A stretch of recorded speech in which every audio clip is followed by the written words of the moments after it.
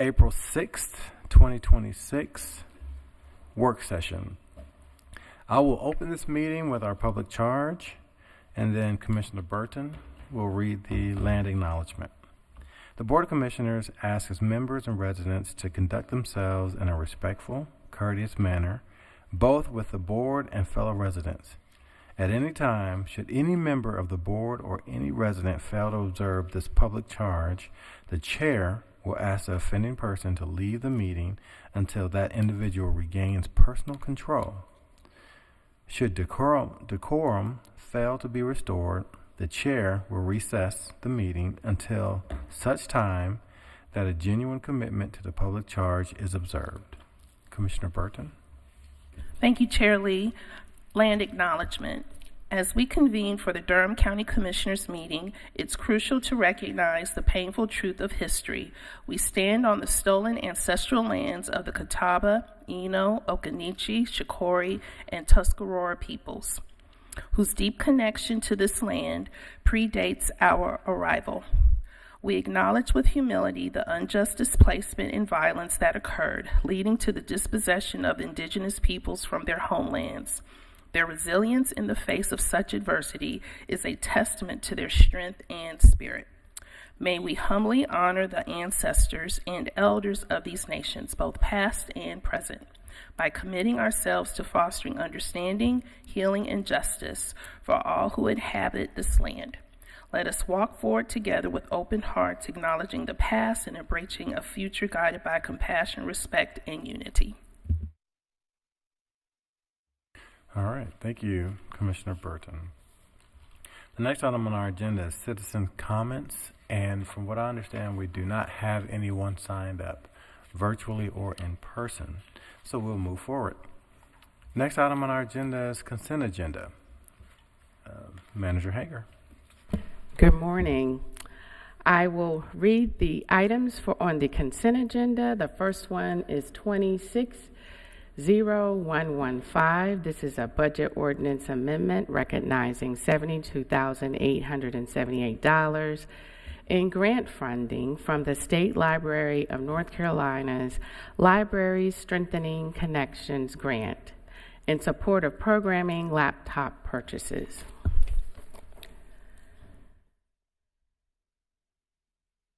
The next item is 260134. This is a budget ordinance amendment recognizing $117,318.17, and this is additional revenue from the Durham Library Foundation. So we are grateful for those additional dollars. Yes, ma'am. Yes, thank you to the Library Foundation. I was just wondering, will there be any kind of public recognition of that? Like when we this is on our next regular meeting, maybe some acknowledgement of them. Oh, absolutely. We Okay, can that would be definitely great. do an acknowledgement at the meeting. I know there have been times when They they sometimes presented come, a check, and right. so we'll follow up to see how that Awesome. may Thank flow. you. Okay.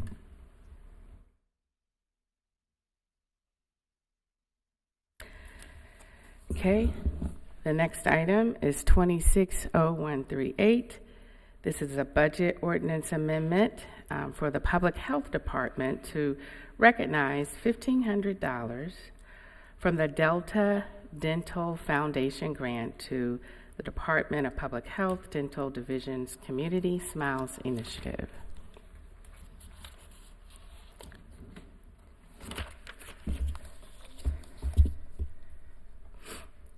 This next one is 260139. This is an approval of Sanford Electrical Contractors, Inc. contract amendment for electrical services for the Utilities Division in the amount of $161,038.53. This will bring the contract to $354,000. I'm sorry, yeah.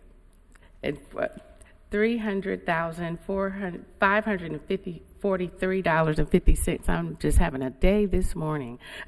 Not to exceed $330,000. The next one is 260142.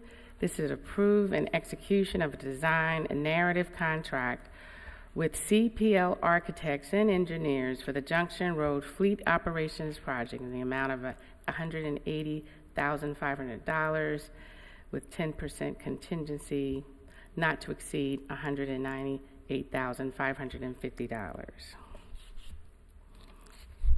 Yes, ma'am. So just wanted to check in about this project because very exciting that we're moving forward with Junction Road, Yes. which also impacts the plans for the animal shelter. When I looked at the study related to this that was done in 2023 report with O'Brien Atkins, it had 2 different possible site plans, and I was wondering, had we decided on which one? One had the animal shelter right next to the fleet operations maintenance facility. One had them in separate north-south locations. I was just wondering if that had been decided. Okay. Good morning, Commissioners. I think the short answer is no. We're kind of leaning toward one, but this study is going to help frame that decision. So I don't want to say today, what we're looking at. The idea is to get this design consultant on board, get them up to speed on the actual project itself, verify the programming and the space needs for the Junction Road facility, and then we'll be able to say more definitively which direction we'll go. So. Okay, because I just want to, I looked at the pros and cons that were highlighted in the report, and I guess, I think it's going to be really important that those decisions are made in conjunction with the animal shelter, because if they are located next to each other, it's going to be more cost effective, evidently, in terms of putting in the infrastructure.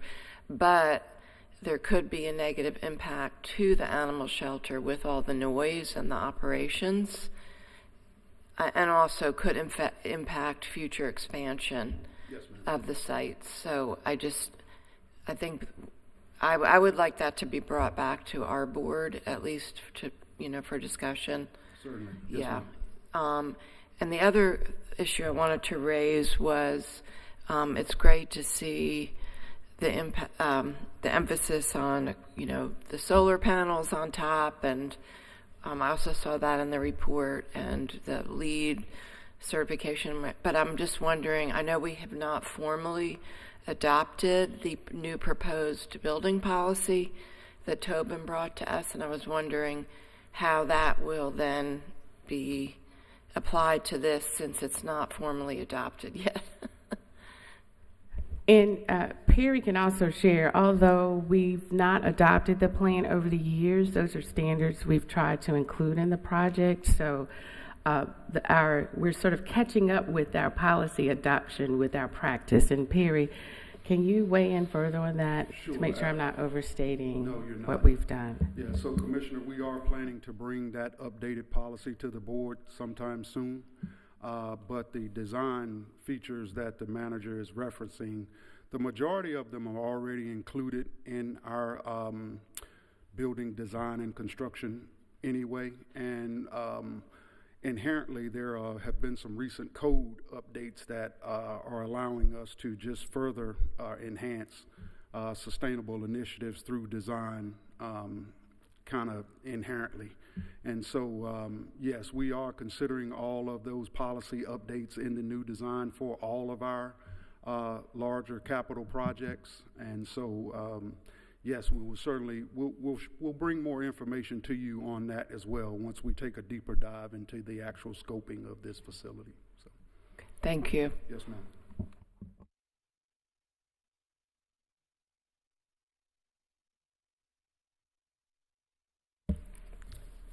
Okay, the next item is 260145. This is an approval of a contract with Syker for the purchase of 55 Life Pack LifePak 35 cardiac monitor units in the amount of $2.7 million, 26 LifePak CR2 AEDs in the amount of $40,525 for a total purchase of $2,779,569.38. Questions? The next item is 260154. This is approval of the 500 East Main Street stormwater control measure and public pedestrian access easements and plats, and to authorize the county manager to execute the second amendment to the master declaration agreement. Okay, yes. I just had a question. I'm seeing that basically we're part of this is we're doing a sidewalk maintenance agreement with the city. So that is for the sidewalk that's part of the linear park itself. Is that correct? Yes, that's correct, Commissioner. Okay. Please remember that linear park has been conveyed to ZOM. And so I just put this on the agenda for the board's recognition. I remember in the past you wanted to make sure that the linear park always continued to have public access. And so this is just documenting that. And so there's some other things tied to this, but specifically that is more so related to ZOM, but I did want it to recognize it just to make sure that we're following through on that commitment. Thank you. And will ZOM be responsible for maintaining the lighting and the public art and the other benches or whatever is there? Is that their responsibility? Yes, ma'am, that is correct. Being that property has been conveyed to ZOM through the master development agreement, they have agreed to maintain that linear park in perpetuity. Thank you. Yes, ma'am.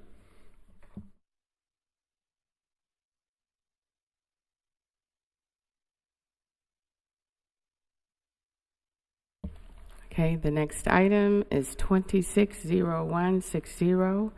This is approval of a contract amendment with Boundtree Medical in the amount of $75,000, additional and funding to purchase emergency medical services, medical supplies, for a total contract of $450,000.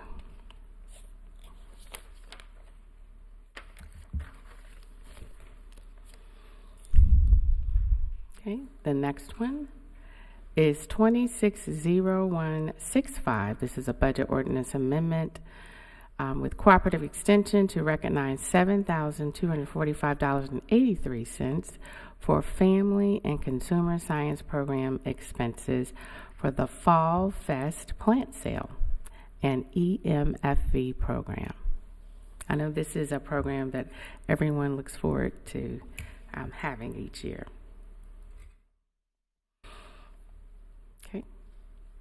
The next item is 260169. This is an approval of budget ordinance amendment number BCC 075 to recognize additional funding from the Durham Alcohol Beverage Control Board in the amount of $5,000 for the Durham Recovery Court.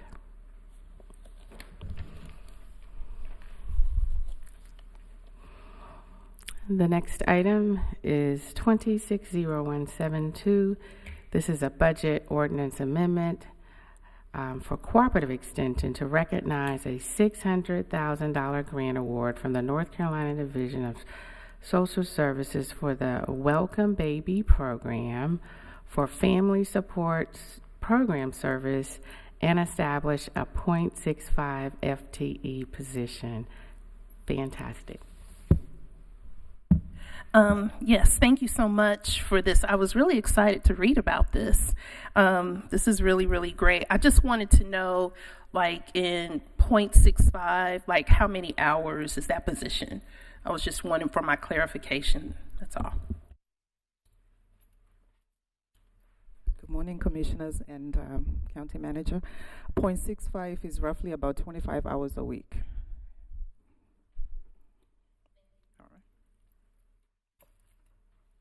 Manager. So for clarification, will we have a full-time person and it's 0.65 is funded from this grant and then the remaining is funded from elsewhere, or it's just 0.65?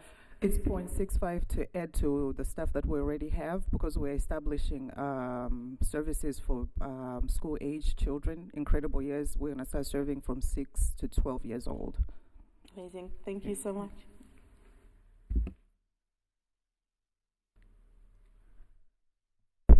I just want to say congratulations, Patience, for getting this grant, which really is for a 4-year period, which is fantastic. I appreciate that this is going to help extend the number of years of the age of children that can be served. So the incredible years being ages 6 to 12, and then the circle of parents.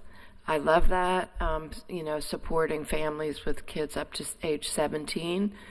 I was wondering how this fits into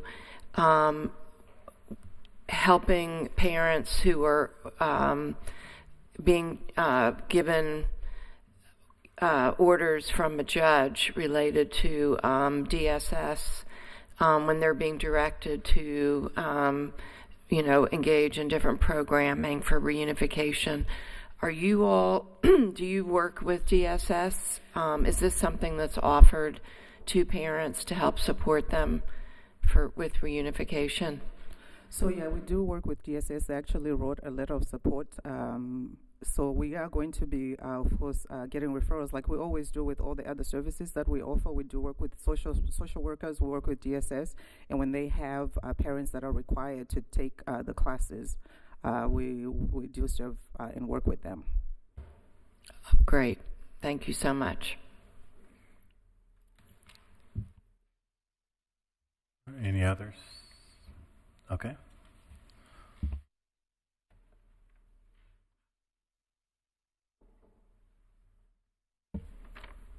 Okay, this concludes, unless I did my double check, all of our consent items, and I will turn it back over to the chair. Thanks. Thank you, Manager Hager. Are there any further discussions on anything for the consent agenda that was presented? All right, thank you. We're moving forward. Next item on our agenda is discussion items.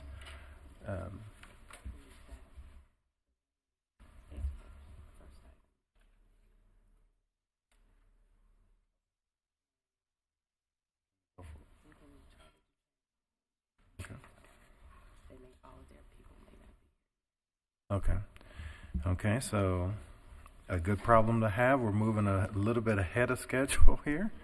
So the next item on our agenda was the Women NC CEDAW resolution and student research presentation. It doesn't seem that they have arrived yet. So the item after that is our... Make sure I'm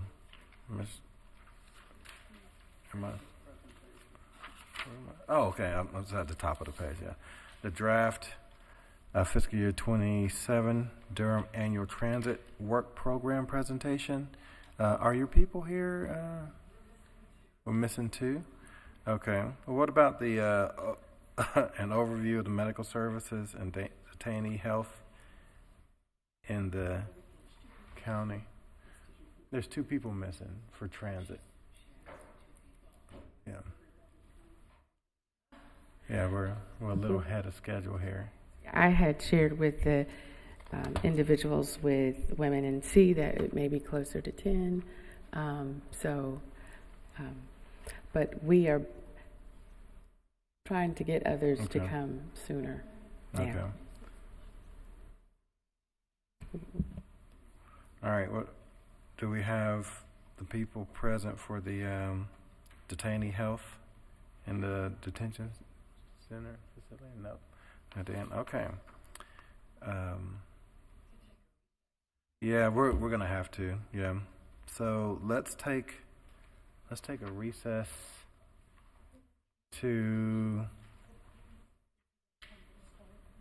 let's say 9:35, and maybe we could get, maybe people will be here for one of these, right? Okay. All right. So we'll go into recess until 9:35. All right. Thank you. Got one. Yeah. That's okay. We're at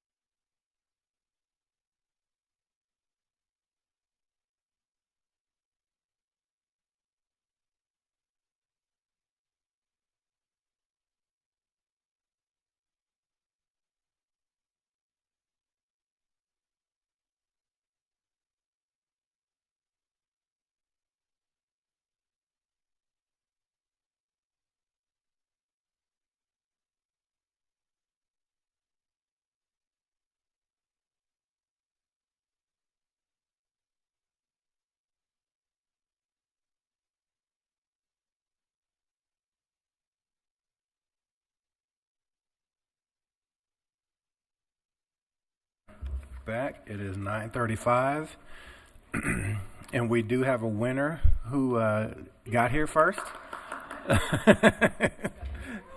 So it was a race. It was a race. Okay, so we're going to go with our agenda as planned. We have the draft fiscal year 2027 Durham Annual Transit Work Program presentation. We have allotted for 75 minutes. I'm hoping the presentation can be done in 60 maybe, and then we have 15 minutes of questions, but let's try to stick to the 75 minutes, okay? I'll turn it over to you, Director Beckman. All right. Good morning. Thank you. Thanks for your patience as we got everyone here. So this is our annual presentation of the draft work program. So this is the annual budget for the Durham County Transit Plan funds. We have 4 speakers here, myself, Brandy Miner, Transit Program Administrator for Durham County, Curtis Scarpignano, the Transit Planner for Durham County, and Stephen Schlossberg, the Tax District Administrator at Go Triangle. So with that, I will turn it over directly to Brandy to go through the presentation. Okay. Good morning. Thank you. Good morning. In 2011, Durham County voters approved a half-cent sales tax to fund public transportation improvements that expand the quality of service within Durham County and provide greater regional connectivity to the rest of the Triangle. The Durham County Transit Plan, which was updated and adopted in 2023, determines how these public transportation funds within Durham County will be managed and spent. As required by state law, the transit plan was approved by the Durham Board of County Commissioners, Go Triangle Board of Trustees, and the Triangle West Transportation Planning Organization in the spring of 2023. The Transit Governance Interlocal Agreement, which was also adopted in 2023, establishes the duties and responsibilities of the Staff Working Group. The Staff Working Group is a technical committee serving in an advisory role to the 3 governing boards. The Staff Working Group primarily includes staff from Durham County, Go Triangle, City of Durham, and Triangle West. We are tasked with coordinating the planning and implementation of the annual work program and the multi-year vision plan. There are 4 voting members, 1 from each organization, who collectively determine which items, such as the work program and related amendments, should be advanced to the governing boards for approval. Approval of any item before the Staff Working Group requires a minimum of 3 affirmative votes. While the preferred approach is to achieve consensus before advancing items for board consideration, items may be referred to the boards if consensus cannot be reached. I will now turn the presentation over to Stephen, who will provide an update of the FY25 financial results. Would you like for me to click, Steve? You can click. Okay. Thank you. Thank you, everyone, and good morning. Happy holidays, everyone. So what we wanted to do is give a real high-level result from FY25. These are unaudited financials. So Go Triangle is still going through their process on their AGFR. At the last board meeting, their CFO asked for an extension to the end of this month. So we anticipate the actual AGFR coming out fairly soon. So I just wanted to give that to advise everybody that it is unaudited at this point. What you will see is that FY25, the preliminary amount is $39.5 million, slightly below what was budgeted of a $3.4 million. I would note, as you see on the bottom, we just kind of received, and I'm sure you've heard this from Director Lane and everything, we've received the half-cent sales tax for December. There's a couple of month delay because by the time it goes to the Department of Revenue and comes back down to us, it takes around 2 months or so. We've received actually a very good amount for December. You would expect, unfortunately, things like tariffs hurt us in the pocketbook, but helps on things like Article 43 on sales tax. We are at 50% of the budget for this year, so we anticipate the budget of $44 million for FY26. We anticipate meeting that or even exceeding that. But Last year, there was a drop. That was also shown in the county's Article 39. In the $7 and the $3, we were pretty much in spitting distance when it came to how we actualized. That's the easiest thing to budget.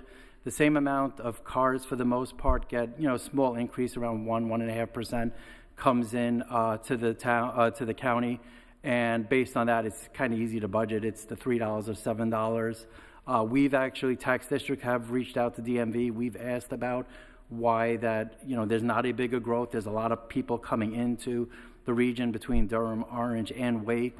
Part of it is being a victim of our own success with transit. We're putting such an awesome product out there that people are less driving, but we work again with the DMV on that information, just to kind of always keep it just to keep it on the same path, so we are understanding. Vehicle rental tax.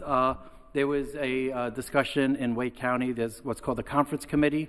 There's still conversations with Go Triangle and the transit plans on the retaining of the vehicle rental tax.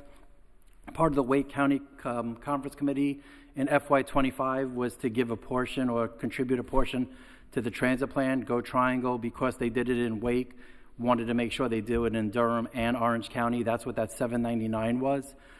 Investment earnings, as you see, because we do have money sitting in the bank, so it's been great returns.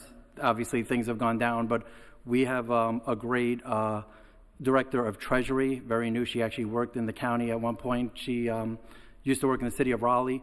So we're really kind of reinvesting to think about, even as rates are going down, ways we could really increase investment earnings, how we could spend, working with different long-term, short-term, within the state statute that it's allowable, within obviously rules and regulations in the state. But we were able to get $7.4 million of investment earnings. So as the money sitting in the bank and through investments, that's income that we don't budget. And $1.7 million, that was a reimbursement from Go Triangle. Go Triangle, they sold a parcel that was back from the light rail days, and based on the share of the percentage, it was in Ellis Road, they repaid the county transit plan back the amount that was taken from that. So that's a portion of that. At the end of the day, the revenues are $52 million, which is over the budget, but that's because of those investment incomes and reimbursements from Go Triangle. Any question? Yeah.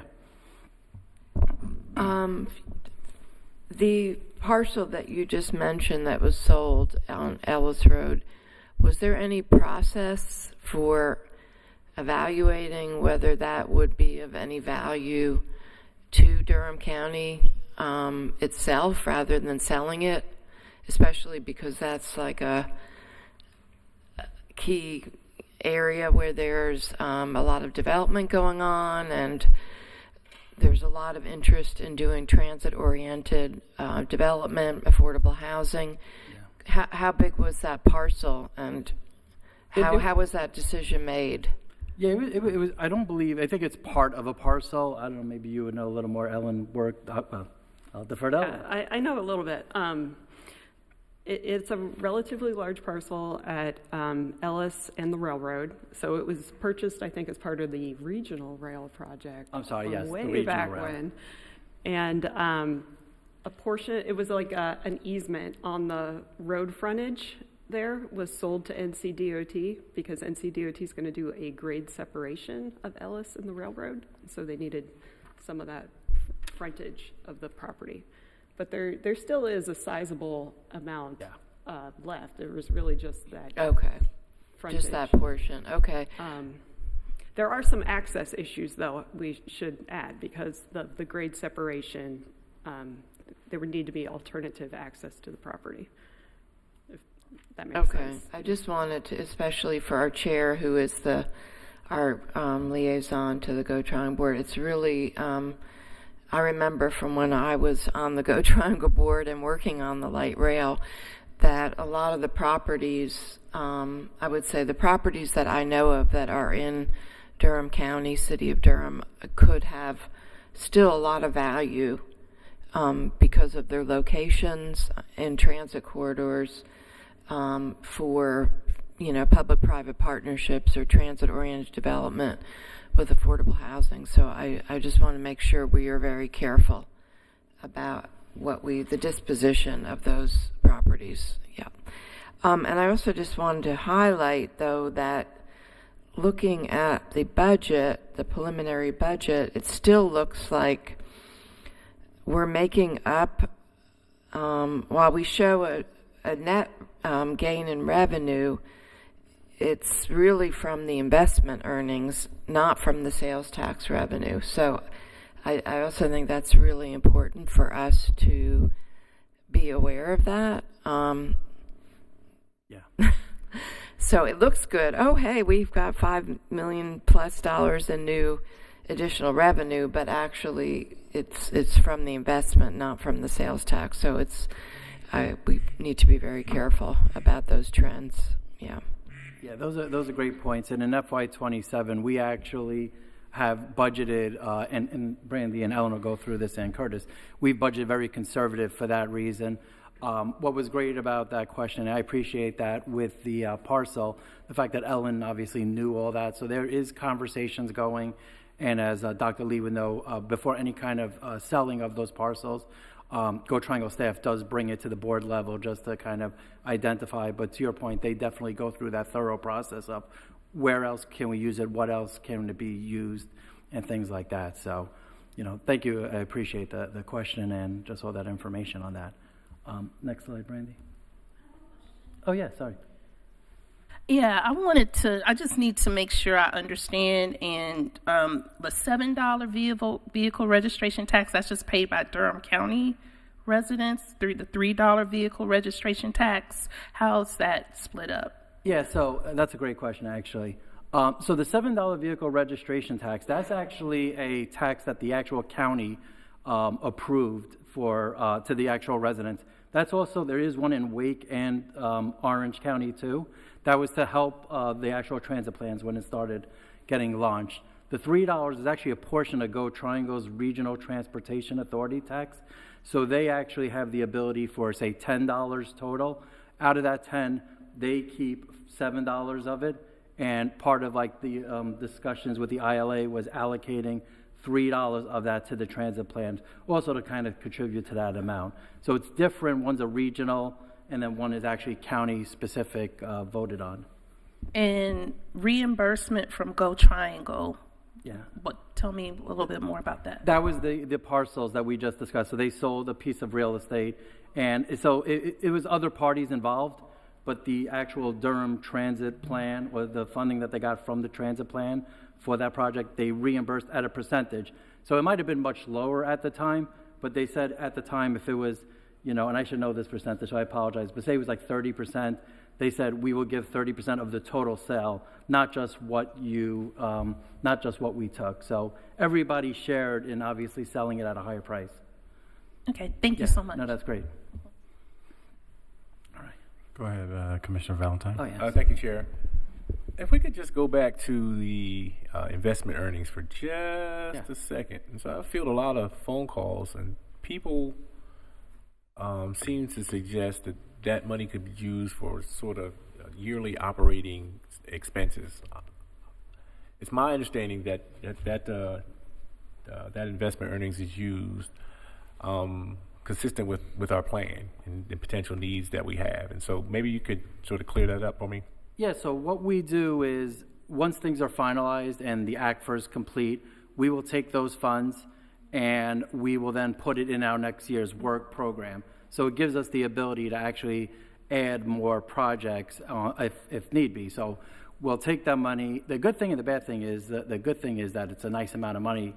I won't say bad thing, but by accumulating these funds in the bank, some people might say it's better to start implementing kind of projects because you have this big cash reserve that you're able to pull down to $7.4 million. But what we do is we put it all into the kind of financial model and say, here's an additional $7 million.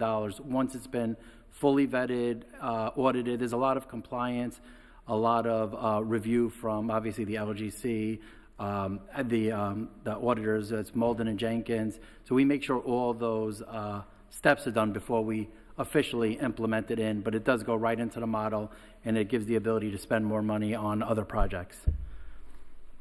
Thank you for that. Yeah. So just so I'm clear, it's not, although it appears as surplusage, it's just not for available drawdown immediately. No, upon yeah, request. I mean, I guess theoretically somebody could, but it is part of the plan. Yes, it's part of the model. Yes, exactly. Okay, thank you. Yep. So this is very high level how we ended the year. It's based on the way the ordinances are kind of formulated. So obviously everything's on an ordinance. 79% of the budget, this is the operating costs, were used. 4.3 was encumbered, so it went unencumbered actually. So it went back to fund balance. Part of the financial policy is any operating expense that's not used is kind of use it or lose it. So it kind of goes back to the fund balance to be redeployed.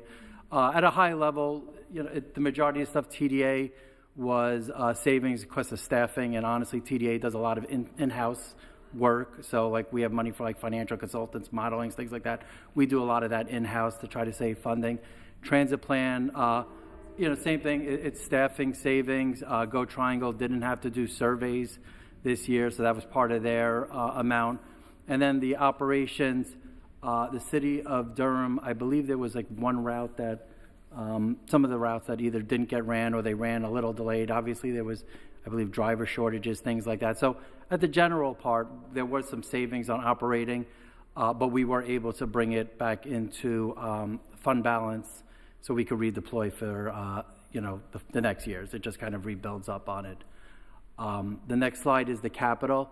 Similarly, capital, the thing that, capital you guys all know, but for the public out there, capital, a lot of it takes time. Capital projects are big, takes a couple of years sometimes to just kind of put things out. If you're building like an infrastructure, even something as small as a transit amenity takes, a year or two just to kind of like work with, if there's right of way or things like that.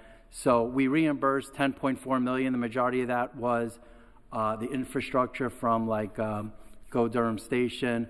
Go Triangle is a big amount. That's 4.3. They actually do a bus stop kind of replacement, improvement. They have a whole project that's a bus stop improvement project that they do on behalf of the whole county. So it'd be on Go Durham. It'd be for like bus stops for Go Triangle.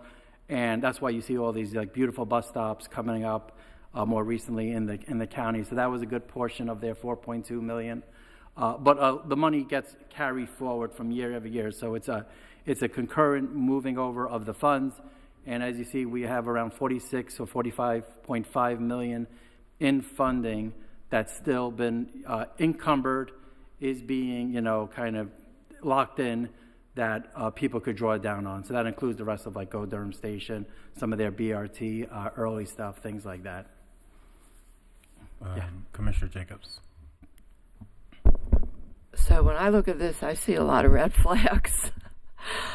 When I'm looking at, especially when I'm thinking about what is being requested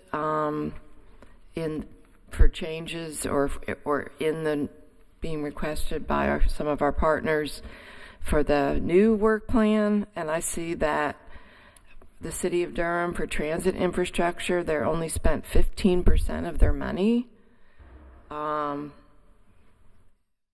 Same thing with Go Triangle.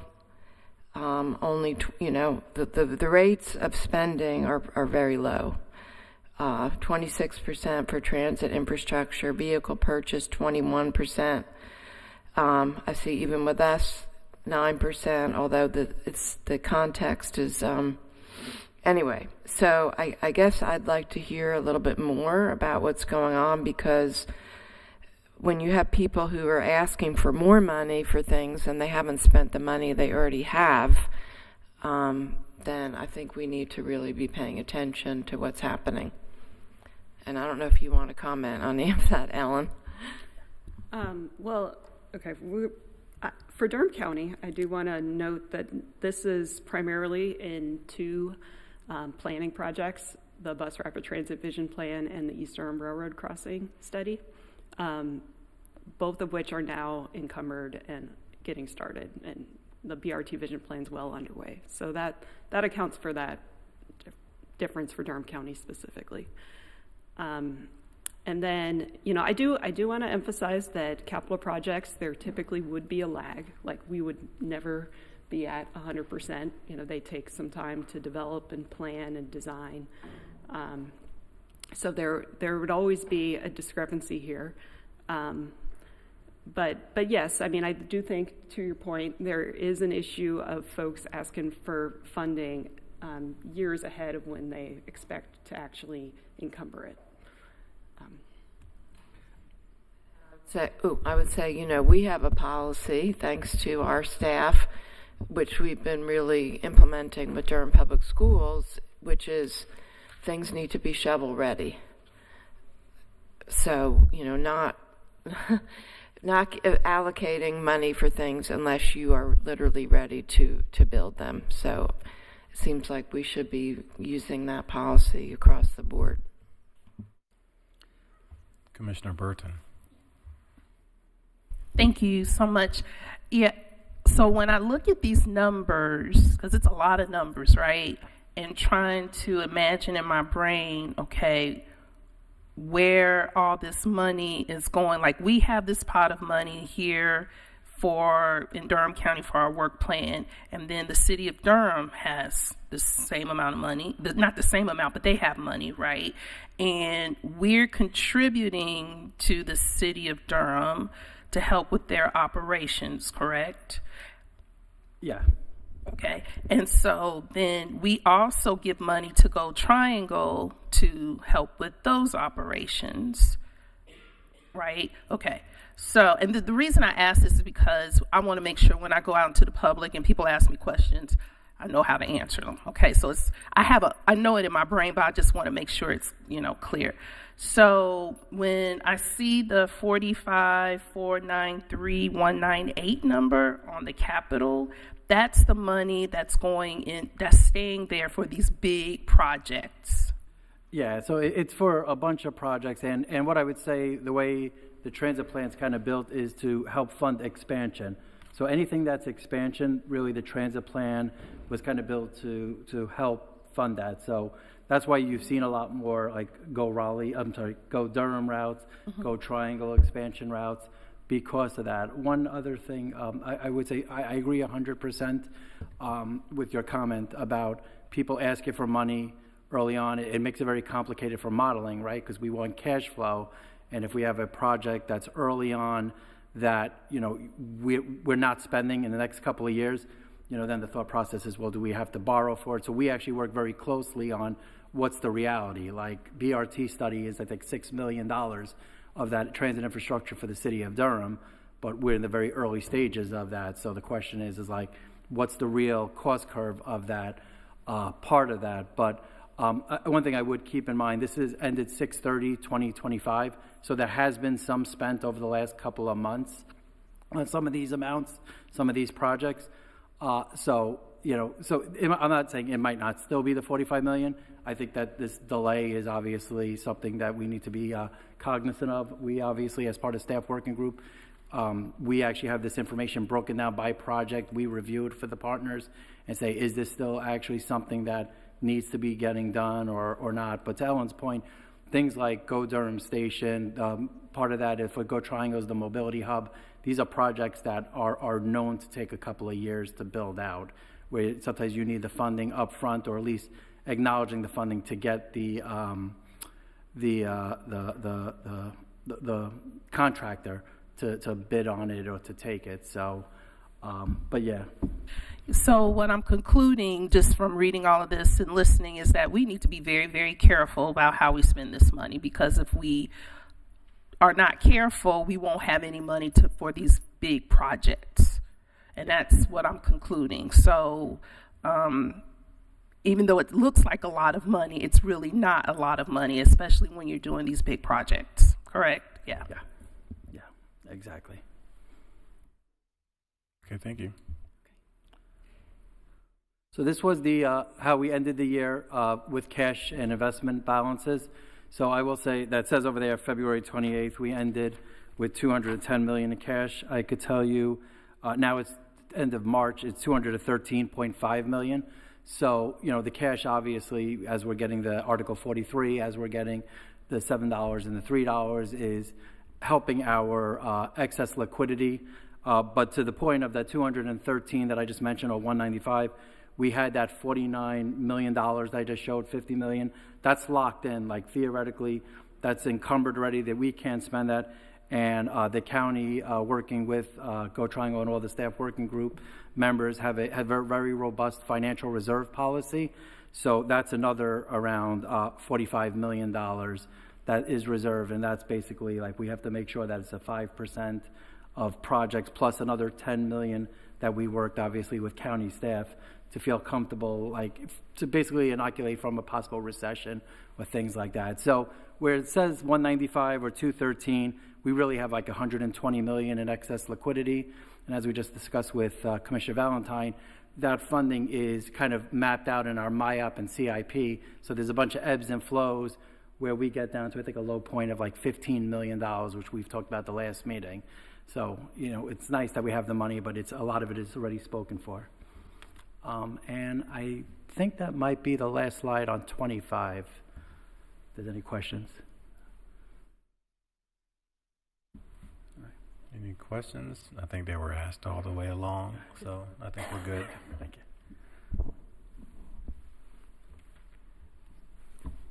Durham County launched the Durham Transit Tracker last year, and the Transit Tracker tracks the financial data for all Durham County Transit Plan funded projects, and it also tracks project implementation metrics for applicable projects, which you can see an example of here with the Durham Station improvements, with the timeline for construction, and as you know, it's currently under construction. There's a lot of work going on over there. And on the top right, you can see the funding available in FY25 and the funding spent. So kind of picking back on Steve's slides, not all of it has been spent. 34% was spent in the previous fiscal year. And again, some of that is just due to capital projects being multi-year endeavors that take a while to deliver, but not all of it is due to that. And the tracker also shows locations, which you can see a snippet of in the bottom right corner. Next slide. And we also want to take a moment to highlight some of the accomplishments of the last year or so in terms of transit and the transit plan.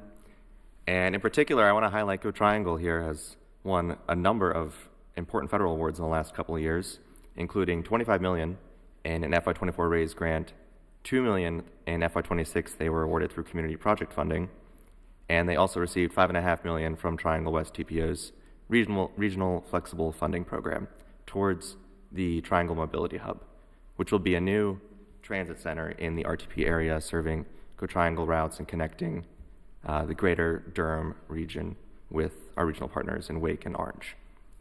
They also received $17 million for a bus and bus facilities grant to update their maintenance facility at Nelson Road, which is a huge amount of money.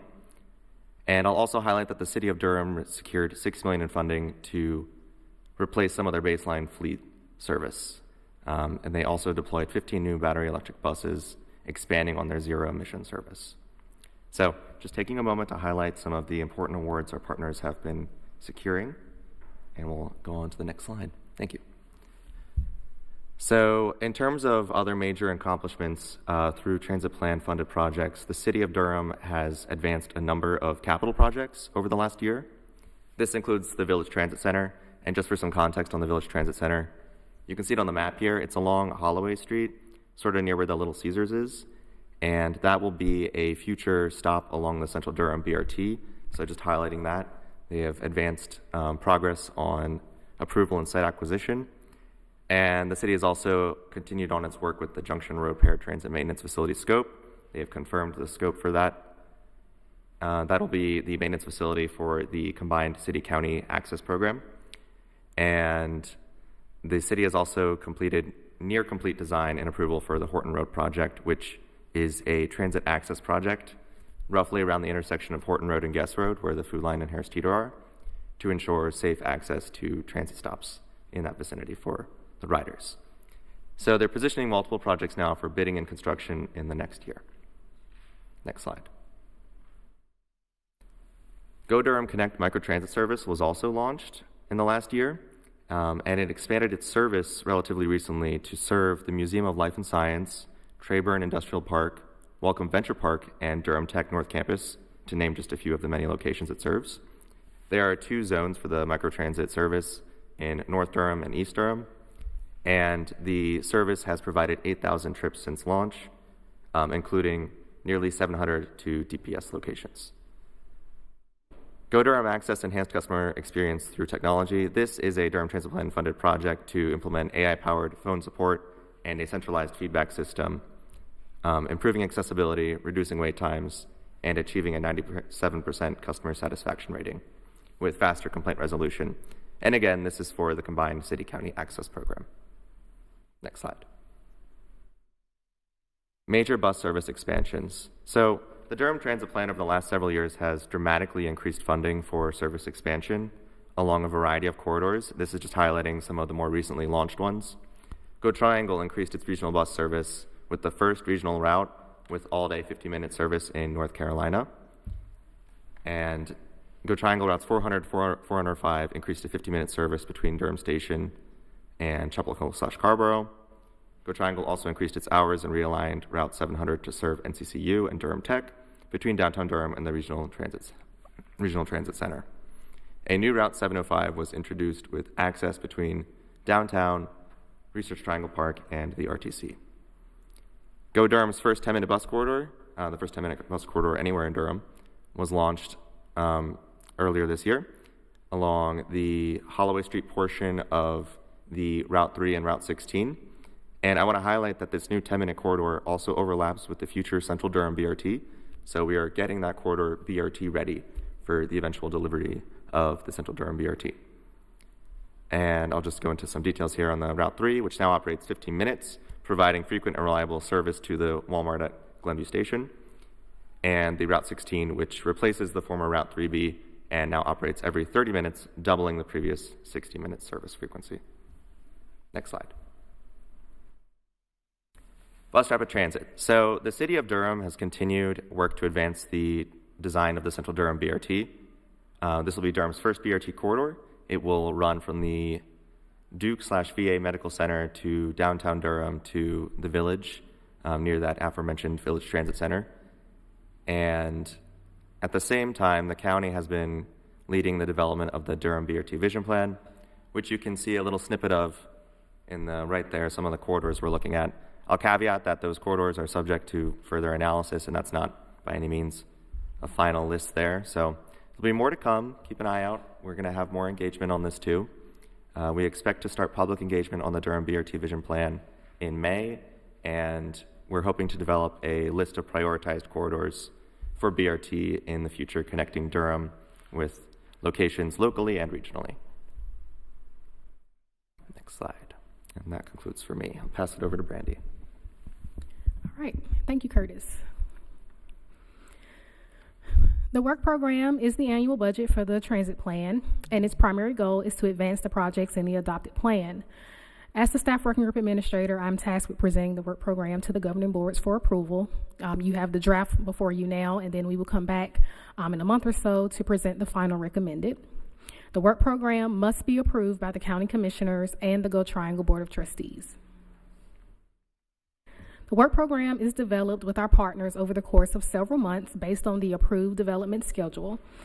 The updated revenue forecast shows a decrease in our primary revenue source, which is the Article 43 half-cent sales tax, and the staff working group was unable to reach consensus by our original deadline on which projects to advance to the boards for consideration. As such, the draft work program was delayed by 2 months, and the staff working group voted to release the work program for public comment at our March meeting, which is required by the ILA. So this is an overview of our schedule. You know, as the schedule has been delayed, the draft is just now being presented to the county commissioners and will be followed by a presentation to the Go Triangle Audit and Finance Committee on Wednesday. At the conclusion of these presentations and the public comment period, I will work with the staff working group to finalize the work program, and I'll come back to the governing boards in May and June with a second presentation.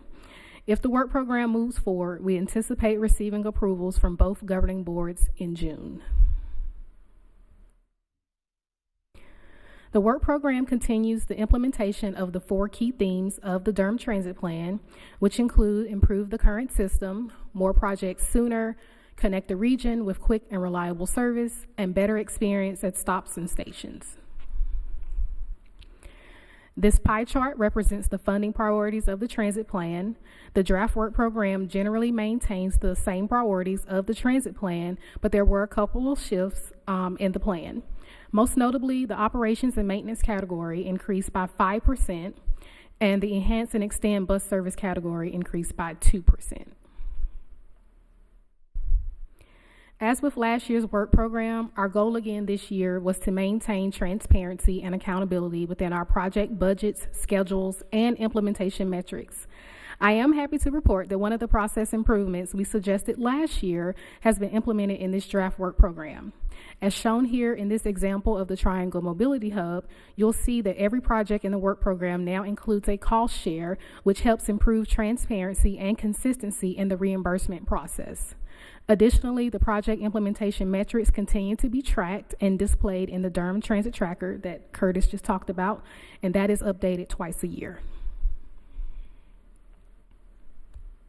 I'll now provide an overview of the budget for the draft.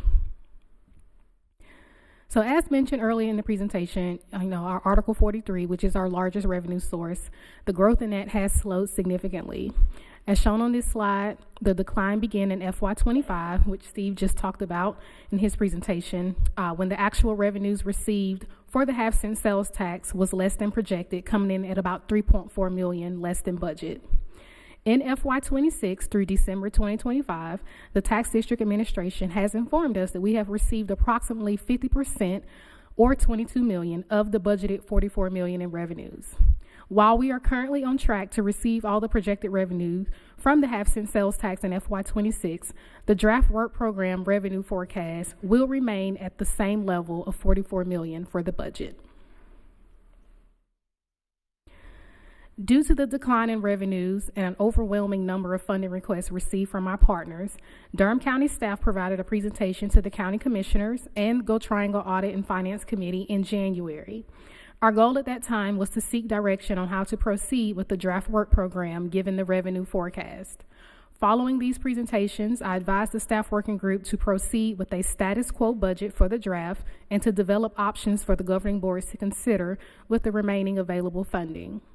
The draft work program represents a status quo budget, meaning no new projects have been included with the exception of the Durham County Transit Plan update, which is required to be updated every 4 years. The staff working group could not reach consensus on which projects to advance, and therefore I suggested to create a supplemental document to highlight the partner priorities for consideration by the boards. An overview of these priorities will be shared later in the presentation. The status quo budget maintains the financial model assumptions, including all programmed funding in the multi-year operating and capital improvement program. Fund balance is necessary for us to have the ability to fund future capital and operating projects, and our adopted financial policy requires us to maintain at least $10 million in excess liquidity. In this year's draft work program, the low point in the financial model occurs in FY35 at approximately $15 million, which means we only have about $5 million available to allocate. Now, Steve alluded to this also in his presentation about the fund balance, but as of December 2025, the fund balance was $207 million. I know it's 213.5 now, but it was $207 million. However, $51 million is held as a restricted reserve per the currently adopted financial policy. This policy will be reviewed during the next transit plan update. Another $45 million, which we also saw on the previous slide, is already committed to projects that were approved in FY25 and earlier work programs. Because capital projects often span multiple years, the timing of when these funds are appropriated does not always match when they are actually spent. As a result, these funds are being carried forward until the projects are completed. Of the $111 million remaining, $55 million has been committed to FY26 projects, and the rest is already incorporated into the model for future projects. We also discussed investment income in Steve's slides, so I'll just say that we did earn the $7.4 million in FY25, and as Steve mentioned as well, these revenues, they're highly unpredictable, and they are not included in the financial model. So any investment income we receive is added to the fund balance. This next slide provides an overview of the projected total revenues for FY27, which are approximately $57 million. The budget remains for the half-cent sales tax at $44 million, and the combined $3 and $7 registration fees are expected to generate approximately $2.5 million. We will also draw $10.4 million from the fund balance to maintain a balanced budget. It's also important to reiterate that as compared to prior work programs, the sales tax growth has decreased in recent years. In FY25 and 26, revenues were up 8% and 6% respectively when compared to the 2023 transit plan. In those years, we were able to add new projects and increase the budgets of existing projects. But now in FY27, we are only showing an increase of 3% as compared to the transit plan, and the draft work program only includes one new capital project. This slide provides an overview of our recommended operating and capital expenditures. The recommended operating expenditures are $30.5 million, and our recommended capital expenditures are $26.5 million. The recommended expenditures by agency provides an overview of how the funding is distributed amongst the partners. The majority of the funding is allocated to the City of Durham, and they will receive $38.2 million in next year's budget, and Go Triangle, who will receive $16.2 million. However, it is important to note that some projects, such as the Durham Bus Stop Improvement Program, provide benefits to other agencies and are not exclusive to the project sponsor. The good news is, despite the decline in these revenues, we can continue to fulfill all existing work program and future transit plan commitments. The draft work program includes continuing operating projects with the standard 2.5% annual growth rate and the carryover capital projects. Some of the projects have been updated with new cost estimates or scopes, and as I mentioned, there's one new capital project in the draft. In FY25, the transit plan share increased from $5 million to $30 million for Go Durham improvements to the Faith Street Bonf and construction of a new separate paratransit maintenance facility located on Junction Road. The increase was approved with the understanding that local or federal funding would provide for the remaining costs. $22.5 million was originally appropriated for construction of the Faith Street Bonf in FY26. However, the city has now requested to reallocate this funding between both facilities and use it for design costs in FY27 and construction in FY28. Both projects currently have sufficient funding available for design, but full construction funding has not yet been identified. The transit plan funding for Go Triangle's Nelson Road bus maintenance facility is now $13.5 million, and in FY27, $4.2 million has been programmed for construction. As Curtis mentioned, Go Triangle was awarded a $17.7 million federal grant in February, and in this year's work program, they will also receive $728,000 for the purchase of new vehicles. $4.3 million is programmed for the Durham Bus Stop Improvement Program, which is a multi-year improvement plan for bus stops within Durham County. $420,000 is programmed for design and construction of the Triangle Mobility Hub, which again also received $2 million in community project federal funding. $1.1 million will be programmed for Go Durham's Village Mobility Hub project, which will be used for design and construction of a quick build improvement. We also have a $500,000 regional connections placeholder in our budget that may be used for planning and or grant matching opportunities. Again, as Curtis mentioned, the city's BRT project is underway, and they will receive a total of $10 million. $6 million of that was appropriated in last year's work program for preliminary design of the Central Durham BRT project. While final design is not expected to begin in FY27, the city has requested an early approval of the remaining $4 million. For the county's bus rapid transit vision plan, we are not requesting any new funding, but the project is currently underway and is expected to conclude in the fall of 2026. The one new project that we have in the draft is the Durham Transit Plan Update. The Transit Governance ILA requires the plan to be updated every 4 years and will include a review of the ILA. The staff working group reached consensus to move forward with this request, and Durham County staff also recommend incorporating related policy developments into the next update. There is a shared interest in improving the work program development process, adding reasonable flexibility in project funding, and reducing the conflicts that arise under the current decision-making approach. We are requesting $650,000 for this project, which upon approval is expected to begin in early 2027.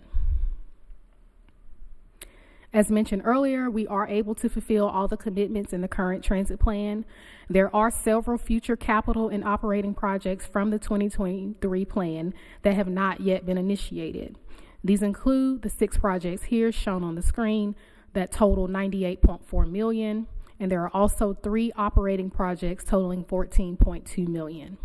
We also have the Quick and Reliable Regional Connections placeholder, which we will have a better idea of how to use at the conclusion of the BRT Vision Plan.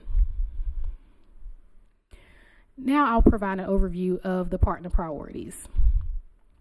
After the January 2026 presentation, Durham County staff were directed to provide recommendations of how to spend the remaining $5 million available in the financial model. A supplemental document that was included in the agenda packet and released during the public engagement period was created this year to provide the boards and the public with an overview of the partner priorities. There were a total of 6 priorities submitted by the project sponsors. The city submitted their 2 maintenance facility projects, which include the Faith Street BOMF and the Junction Road Paratransit Maintenance Facility.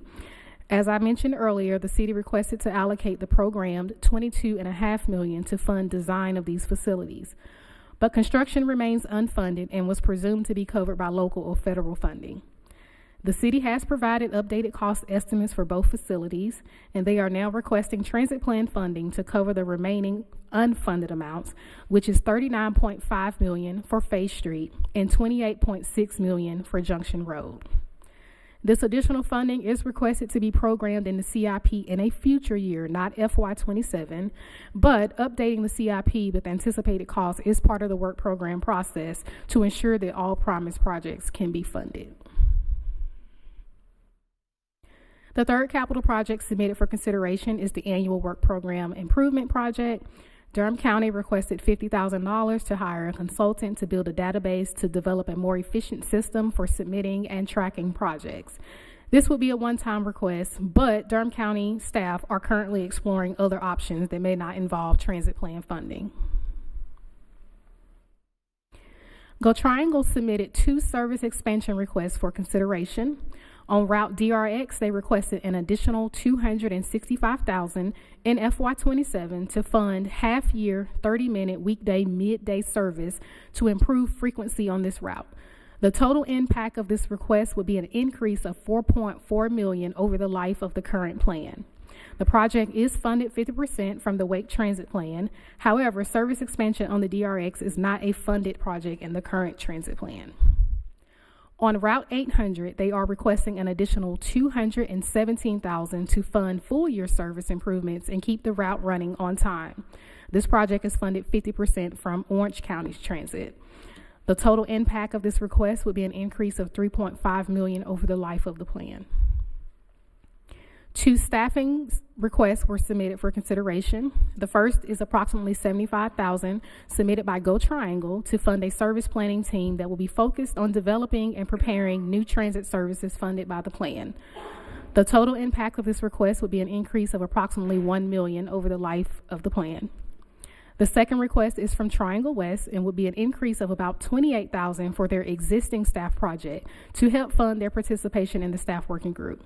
The total impact of this request would be an increase of $462,000 over the life of the plan. It is important to note that a staffing study was recently approved as an FY26 amendment, which will assess the staffing needs for current transit activities. This study will take approximately 6 to 8 minutes and is estimated to be completed later this year. Lastly, our public engagement period is now open. Information about the work program is available on the Durham County Transportation website. We are also advertising on Durham County's social media platforms, and residents may also take a survey online and attend one of the tabling sessions that we are having at Durham Station. The first one was last week. We have one scheduled for tomorrow and then again next week. So staff can come on site. They can take the survey.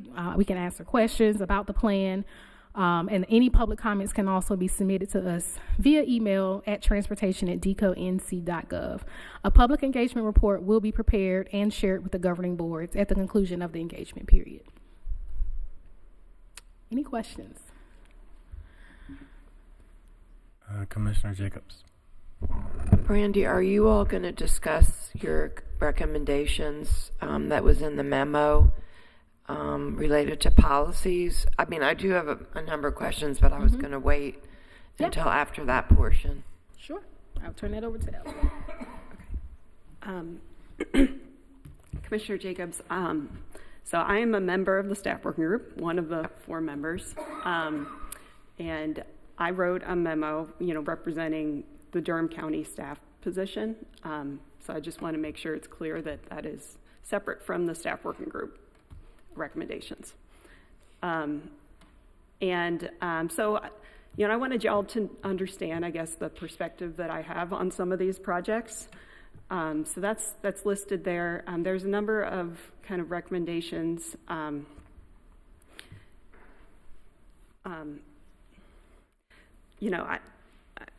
I'll just summarize things. I think as we've described,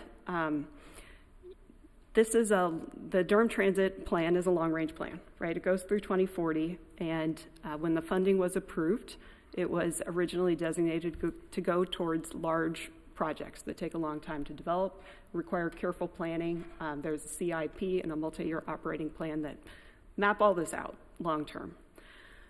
And so, what we've had this year, is kind of a tension, right, between funding things this year and following that long-range adopted plan.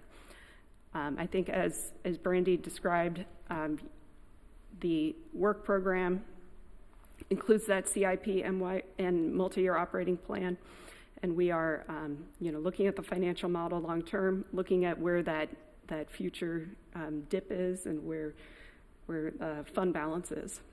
And so we're trying to maintain that, and we are able to fund everything that was in the plan with this draft work program. We do have an issue of what is reasonable for us to have some flexibility on, and of course there should be. Things change, but what shouldn't we change, right? Because we're looking towards that long-term plan. Also, the long-term plan, this is a very unique process in the sense that 3 governing boards have to approve it. That is difficult, right, to get everyone on board and to get everyone have consensus around this. That's why we have this transit plan update planned that's going to take a while and involve a lot of governing board discussions and making sure that we are reaching consensus and can get 3 boards to approve it. This annual budget process isn't really designed to make changes to that long-term plan. And I think that's some of the conflict we had this year, is a desire to make changes to the long-term plan, but also a desire to maintain those promises. As such, it's my recommendation that we focus on making sure that we're fully funding the projects in the plan, first and foremost. We do need to address some of the capital funding gaps on capital projects. There are often opportunities to pursue federal grants, but there are some projects that aren't eligible for those federal grants as well. So we need to develop a coordinated solution on those projects with the city of Durham. There's also a lot of uncertainty, I think, right now, especially in the last few months, about the operating costs. Gas prices are going up. That could affect what it costs to run all of these services that we've planned and that are in our budget. So I think it is wise to be a little conservative right now on those bus operating costs. We also want to look closely at those bus operating costs to make sure that we're being fair. We get requests obviously from Go Triangle. We get requests from the city of Durham. We want to be a good partner and try to fund both entities fairly and equitably. So as part of the transit plan update, we want to look closely at that operating cost buses and make sure we're being fair. In terms of the priorities that were requested, it is my recommendation that we focus on the maintenance facilities for the city of Durham right now. I am concerned that there are significant funding gaps for those that are potentially needed in the next few years. And there are some limited opportunities. You can pursue federal grants, but the scale of what's being requested is pretty significant. It may be difficult to receive that much in other funding sources. So again, I hope we can get together with the city and come up with a coordinated solution on that. The staffing request, we're doing a staffing study in part to make sure we're being fair and treating all of our partners equally. So, it's my recommendation that we defer those staffing requests until the outcome of that study. And then, with the bus operating, like I said, I think we need to make sure that we are able to fully fund what we already have in the plan. And I do want to note that we have rapidly expanded bus operating in the last few years, and we expanded it even faster than what we said in the plan. Many of the projects were in future years, and we pushed those into last year's budget. Many of those projects haven't been fully implemented yet, though. You saw that there's a operating balance last year, and in part it's because some of those projects haven't been put into service yet. So I also think it's important to note that even with the status quo budget, there are expansions that were funded in this year's budget that will probably occur next year. So there will still be improvements to the bus system that riders will experience, just based on previously approved expansion projects. On the capital funding gap and the investment income, so just to be clear, we received that, like Steve said, we receive that and kind of can book it once the audit has been complete, and then we program it into next year's work program. But we do not make a forecast for what that would be in future years. It's kind of like a bonus that we get 1 year at a time. So I think that may be an opportunity to address some of the capital funding gaps. As we accrue that, we could earmark that to capital funding projects. And then, lastly, my last recommendation is on the cost share issue and with Go Triangle. We do want to make sure that we are able to contribute to Go Triangle's funding needs, and that it is done in a coordinated, fair way across the 3 counties. It is very difficult for Go Triangle, I think, to coordinate this. They try, and we are supportive of those efforts to try to make sure that we're all on the same page. I hope that we can make more progress on that. We do have very different funding capacities in the 3 counties. Wake County's sales tax is like 3.5 times as much on an annual basis as Durham. So there are some areas where we may not be able to keep up with Wake's pace of funding. Having a equitable kind of cost share may help us better coordinate things with our neighboring counties. So that's, in summary, my recommendations there. I'd be happy to answer any questions. Okay, Vice Chair Alon. Yes. Thank you all so much for this presentation. I know that me and Wendy, we talked to Ellen and your team a lot when it comes to MPO stuff. I'm wondering, because going back to the questions from Commissioner Valentine and Commissioner Burton earlier about the transit tax dollars and just being good stewards of that funding and what it's for, I'm wondering, when we have the MOUs between Go Triangle, the City of Durham, are there ways that we can implement stronger guardrails for funding that the county may give of looking at, because I know like with our projects, we like to be shovel ready, and having these type of like steps put forward before we move money into things. And this is like all of our capital improvement projects, not just transit. And that if we have stronger guardrails in our MOUs with the city, with Go Triangle, to protect those county transit tax dollars, that like we can't just move this money without projects actually being ready, or without projects having any sort of plan for receiving or applying for federal funding, applying for any other sources, because this is not an unlimited pool of money. So is that something that can be put into the MOUs that we have? Or is it already existing in those MOUs? Just so it's not like every time we're asked for it, we have to revisit this conversation.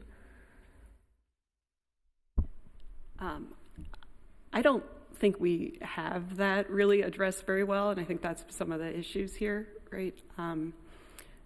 We do rely on our partners to know where they're at and to tell us where they're at and anticipate their schedule. You know, there's a lot of projects here too, right? It's hard to keep up and know everything about everyone's projects. So there's a lot of teamwork and kind of reliance on their information when we program this. I don't have the answer for that, but I think it's something we could certainly look at in the new interlocal agreement and transit plan update. Yeah, I was going to share the city manager and I have talked about, as well as Deputy Jones can also weigh in,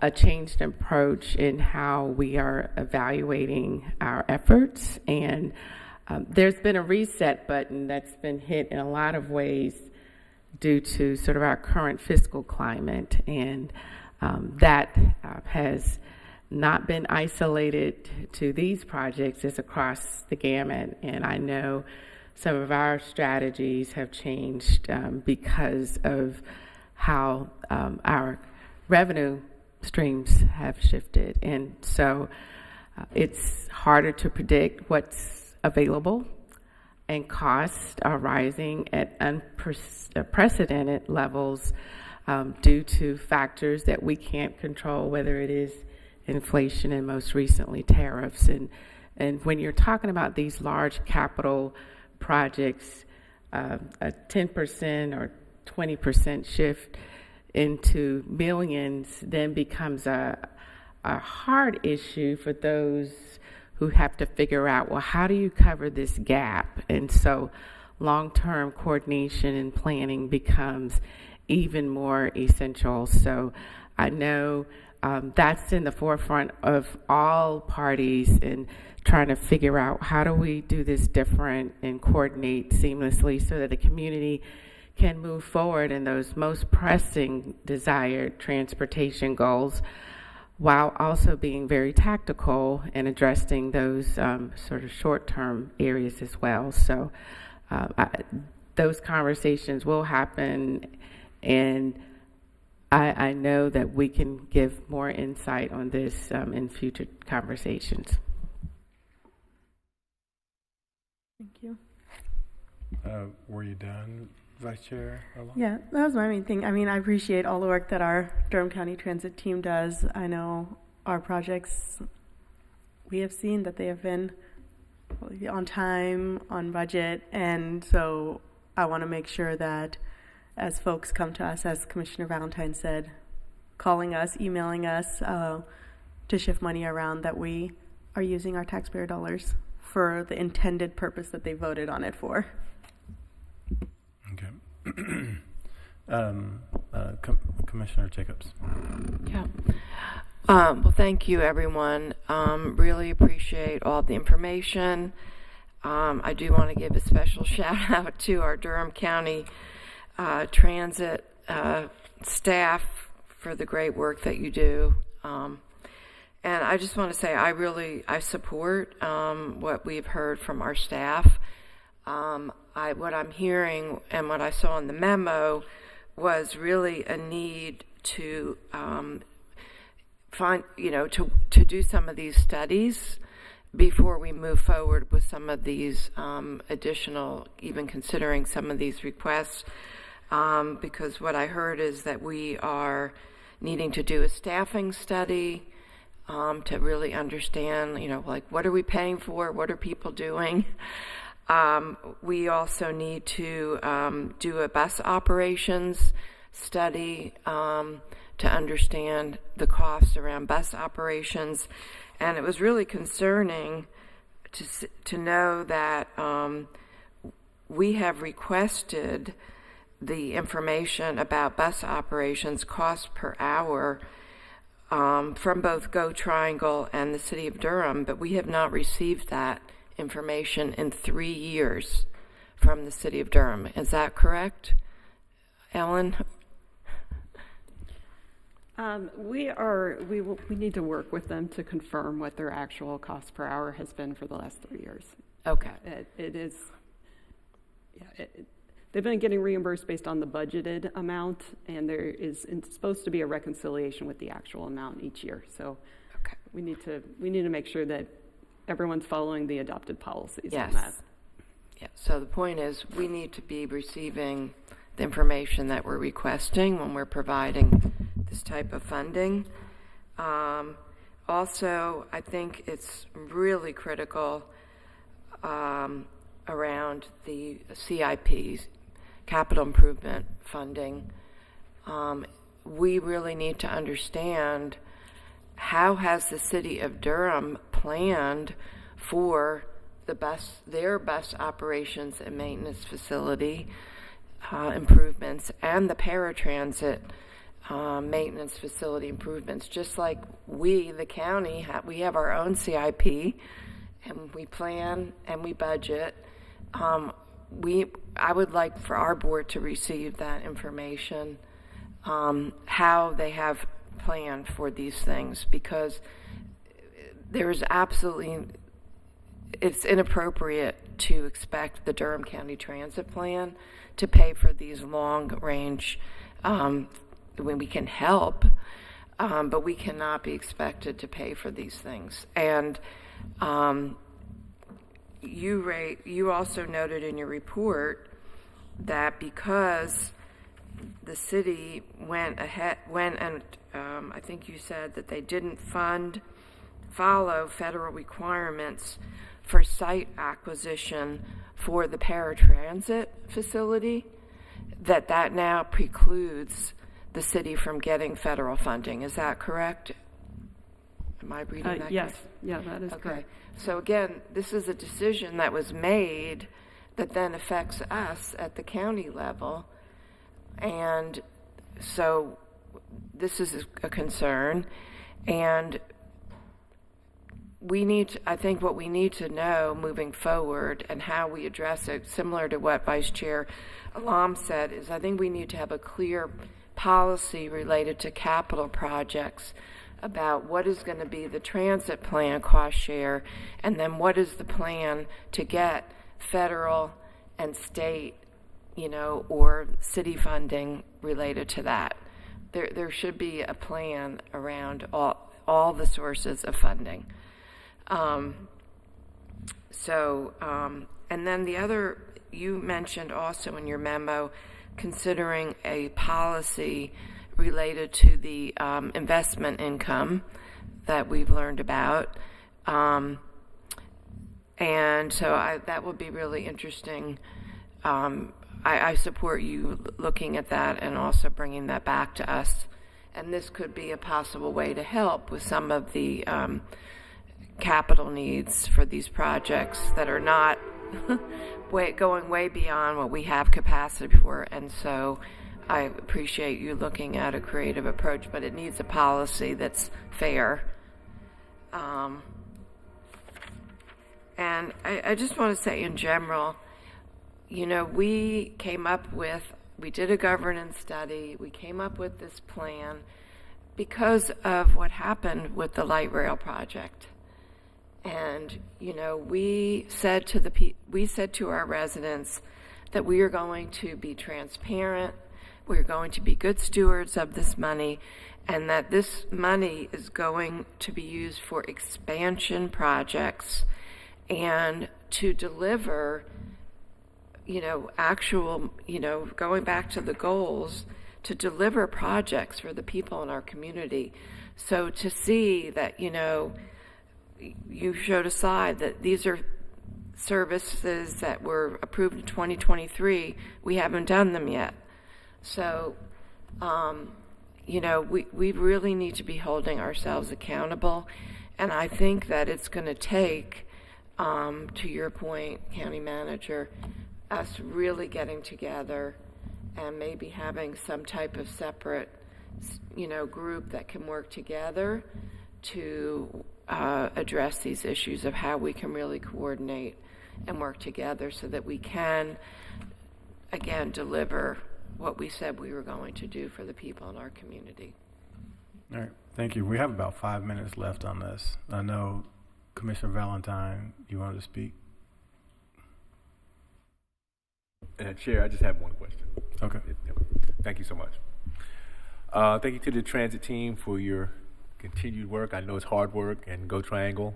But my question is, during the brief, maybe I should have asked it during the time that you were actually briefing it, but you talked about the bus rapid transit project development and the city wanting early approval, of the $4 million in the planned funding. First, is that something that's common? And second, for what purpose are they asking for the early approval?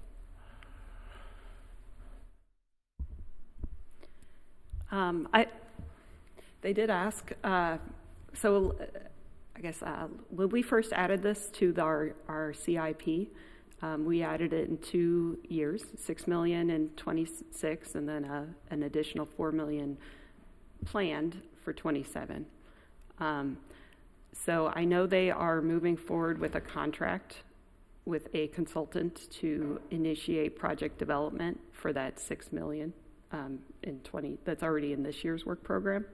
I don't believe it's been approved yet. I think it's still underway. So they really haven't spent much, if any, of that $6 million. So the $4 million is in anticipation of completing that project development contract, and then the next phase to do final design. I have not seen, the latest schedule on how long it will take to do the project development, but I think that they have acknowledged that it takes a while to spend $6 million, and it probably won't be next year. But they did ask for approval of the $4 million that was previously programmed. It is very likely not going to be used, though, next year. It will probably be one of those carryover projects this time next year. And so is that common? In this process, yes, it is common that folks are asking us to approve funding ahead of when it's needed.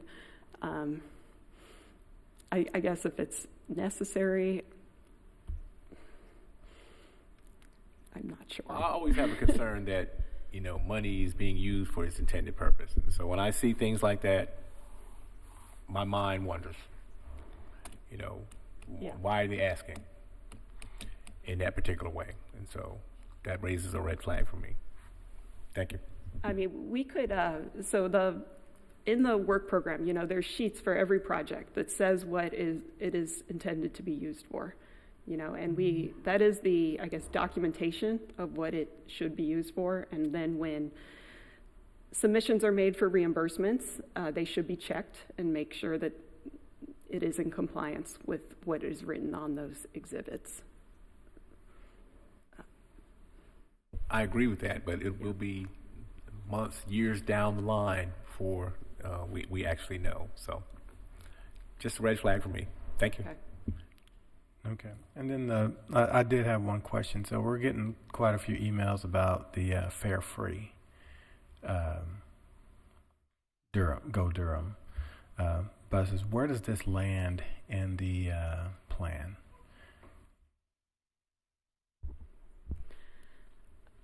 So early in this work program process, additional funding to cover cost of fare-free service was requested by the city. Back in January, we had that list of all the things that had been requested, and that was on that list. When we asked for priorities for the draft, the city identified the maintenance facilities as their priorities. So that's why we didn't talk about that at all today, because it was in response to what the city told us they wanted us to focus on for the draft work program. So what does that mean to that program? Does that mean we're not focusing on that for this particular work plan? So I do want to make sure it's known that we do support, I guess, the city's operating costs in the work program already, really in 3 ways. First of all is all of the cost of the expansion services. We fund those 100% of the cost. We don't deduct any expected fare revenue. So you could say that we are sponsoring fare free on all of those expansion services, first of all.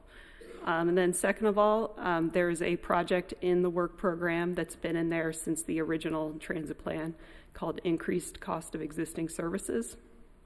And that's where the city receives half of the $7 fee each year to just cover increased operating cost. I actually found, in cleaning out my garage the other day, I found my 2005 Go Durham map. And the city's had the dollar fares since 2005, probably earlier. So the city's, used a lot of this operating funding to help keep fares low, historically for years. It's been a city policy decision to keep fares very low. So we also fund, so just to say, we're supporting fare free by funding that increased cost of existing service amount. It's about $900,000 a year, I believe. And then thirdly, there was a project approved 2 years ago called the DIME program, and that is funded at about $392,000. And so that was designated to help also supplement the cost of fare free. Okay. So there is funding, for fare free. There's no new funding, right? But there's all of those 3 existing funding sources are still going to help supplement the city's bus operating costs. Okay, so what I'm hearing is we're the status quo again. We're still supporting it in the way we have. It's just no new funding. Yeah. Okay. And the 23 plan did not fund fare free. At that time, all the systems were fare free, and they were still determining whether or not to stay fare free or not. So the transit plan acknowledged that was the case, but did not have a line item saying we would be funding fare free. And from what I understand, we're the only system that still does that, correct? Well, Go Carry is fare free. Okay. They went fare free during COVID and have stayed fare free. And Chapel Hill Transit has been fare free for a long time. They receive a lot of funding from UNC. They kind of have a merged town and university system, and that helps, I know. Okay. Thank you very much. Oh, we're going to move on. All right. So thank you for this presentation. Appreciate all your work. Super important. We look forward to the continued updates as your timeline suggested there. Thank you all very much. The next item on our agenda is an overview of, I think it's the other one, right? Oh, yeah. It is the Women in C, CEDAW. I'm not sure if you say that word out or not, but said all. I don't know. Resolution and student research presentation. We are 4 minutes behind, but we're okay. Please take your time. Welcome. Wow, look at these pictures. Wow. A nice intro slide there. All right. Thank you so much, and I'll turn it over. Or did you want to? Okay. Thank you. My name is Beth Dagan. I'm the founder and president of Women NC. Women for North Carolina is a nonprofit statewide organization, and we have been working with the local universities and the residents of North Carolina, including Durham. We have been partnered with Durham-based universities such as Duke University and NC Central, and we have had several students from these universities who have attended our leadership training program. Our mission is to engage young people to become advocates for women's human rights and for social justice. And for the past 16 years, we have trained more than 350 undergraduate students to become advocates locally, nationally, and globally. Today, thank you very much for the opportunity. I would like just to give you some background between our Women and Cis relationships and Durham County Commissioners. In 2017, when Commissioner Jacob was here, we were able to pass a resolution to support women's human rights and to address the areas of concern of women in Durham. Although we praise the progress and the current status comparing with other counties, Durham has been a very advanced county. But in 2017, we passed this resolution called CEDAW. CEDAW is an international treaty that stands for Convention for the Eliminations of All Forms of Discrimination Against Women. And it has become like a nationwide campaign that many cities and counties has decided to apply the principles of this international treaty, United Nations International Treaty, to the local level. So far, I'm happy to report to you that more than 70 cities and counties across the country have joined this campaign, and they are working on the grassroots level to pass ordinance or resolution to address the issues that women are facing locally at the city, county, and state level. So I'm going to give most of the time to our students. Today, we have 3 students that they are going to discuss their research. Women in Cis program involved in engaging university students to conduct research on status of women in different community of North Carolina. And most of the time, our students have been interested in Durham. If you look at Women in Cis website, you see several researches about the status of women in Durham in regard of health, housing, daycares, wage gap, violence against women, and all that. And these are not just a research. These are our students also have the recommendation for policy recommendation that how we can improve the situation, as you will see in their presentation today. And we have done this before.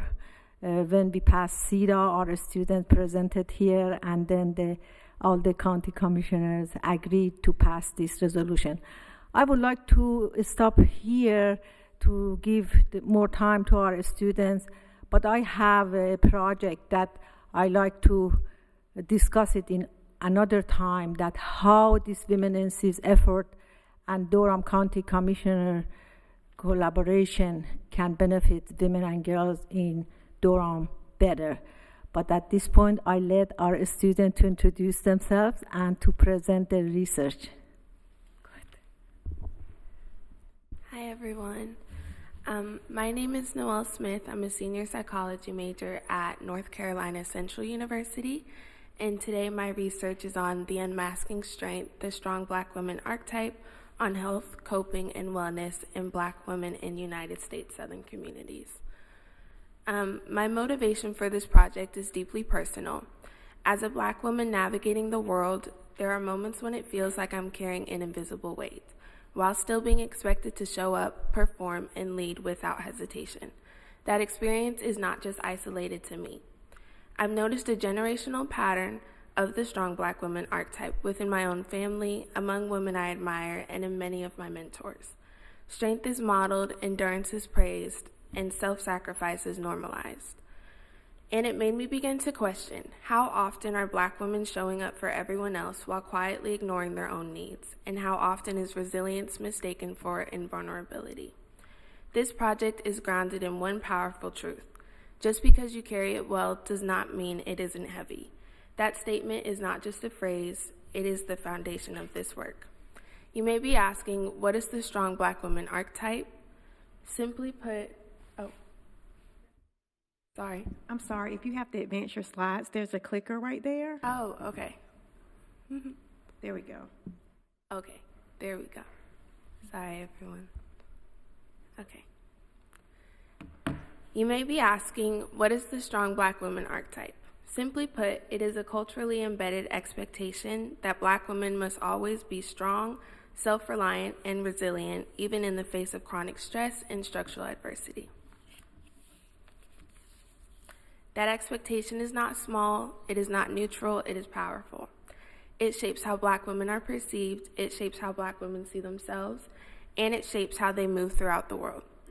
This archetype did not appear out of nowhere. Its historical roots have directly shaped the societal expectations placed on Black women today, expectations that can profoundly impact both physical health and emotional well-being. So how did this archetype evolve? Cultural reinforcement happens everywhere, within our families, within communities, media representations, workplaces, and even the institutions Black women navigate daily. Over time, strength stops becoming a choice and becomes an obligation. We also must discuss medical mistrust. Medical mistrust is not irrational. It stems from a long history of medical racism and exploitation inflicted on Black communities. This history is a significant reason why many Black women delay engagement with healthcare systems in the United States, often to their own detriment. And historically, the strong Black woman archetype is deeply connected to harmful stereotypes born during the antebellum South and the Jim Crow era. These include the mammy, which is the self-sacrificing caregiver, the Jezebel, the hypersexualized woman, and the sapphire, now the angry Black woman. These stereotypes were never just narratives, they were tools of control, and their legacy continues to influence how Black women are treated, understood, and expected to perform strength today. When we turn to the literature and the data, the patterns are undeniable. Black women experience some of the highest health disparities in the United States in comparison to white women and women in many states, and in women in many cases. One of the most alarming examples is maternal health. Black women have the highest rates of maternal and pregnancy-related mortality per 100,000 live births in this country. When we look at mental health research, we see another important pattern. Qualitative studies show that women who strongly endorse the strong Black woman archetype fully internalize the expectation of constant strength and are more likely to adopt maladaptive coping strategies. And that is where this archetype shifts from being protective to potentially harmful. Based on the data, the historical context, and the lived experiences I've discussed, I propose 3 levels of policy intervention: national, regional, and local. A national recommendation is to implement a respectful maternity care framework that promotes dignity, informed consent, and bias-aware care. This should include a mandatory bias awareness training for all healthcare professionals to reduce medical mistrust and maternal health disparities impacting Black women.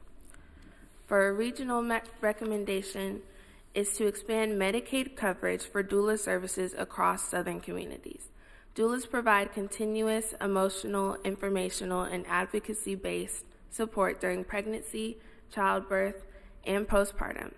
States like California and Colorado have shown improved birth outcomes through this model. And 4, a local recommendation is to offer health screenings in community spaces such as campuses, faith institutions, workplaces, and Black women-focused spaces. Pair these screenings with interactive stress reduction and mental health education to create safe, responsive environments that support both physical and emotional well-being for Black women. Thank you all for listening to me today.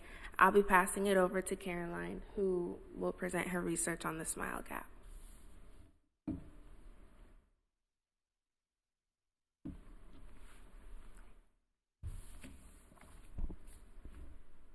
Hello. Okay. All right. Okay.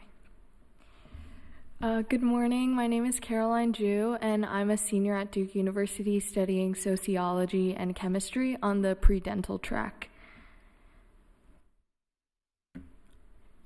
So I'm a woman NC scholar, and during the session, I want to talk about why maternal health equity is being compromised through a lens that we almost always overlook in public policy, which is the mouth. I call this crisis the Smile Gap.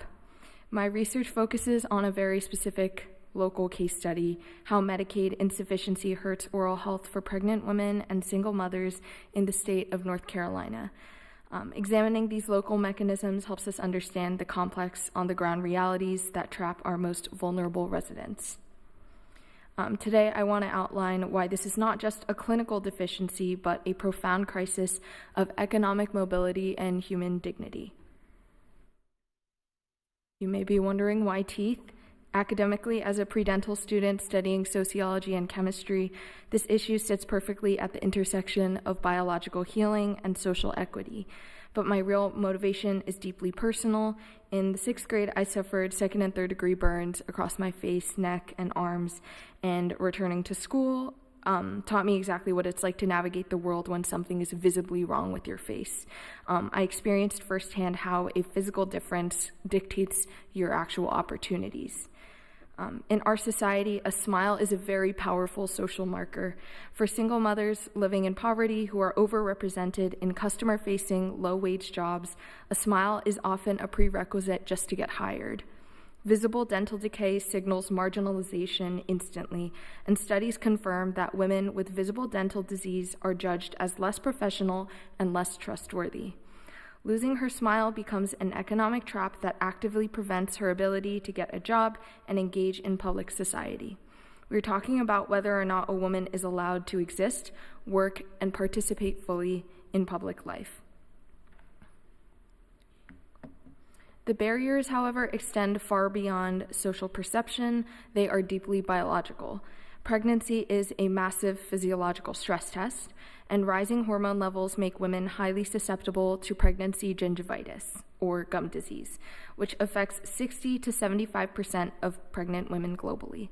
Left untreated, it triggers systemic inflammation that can mimic the biological signs of labor, which leads to severe complications, including preeclampsia, pre-birth, or preterm birth, and low birth weight.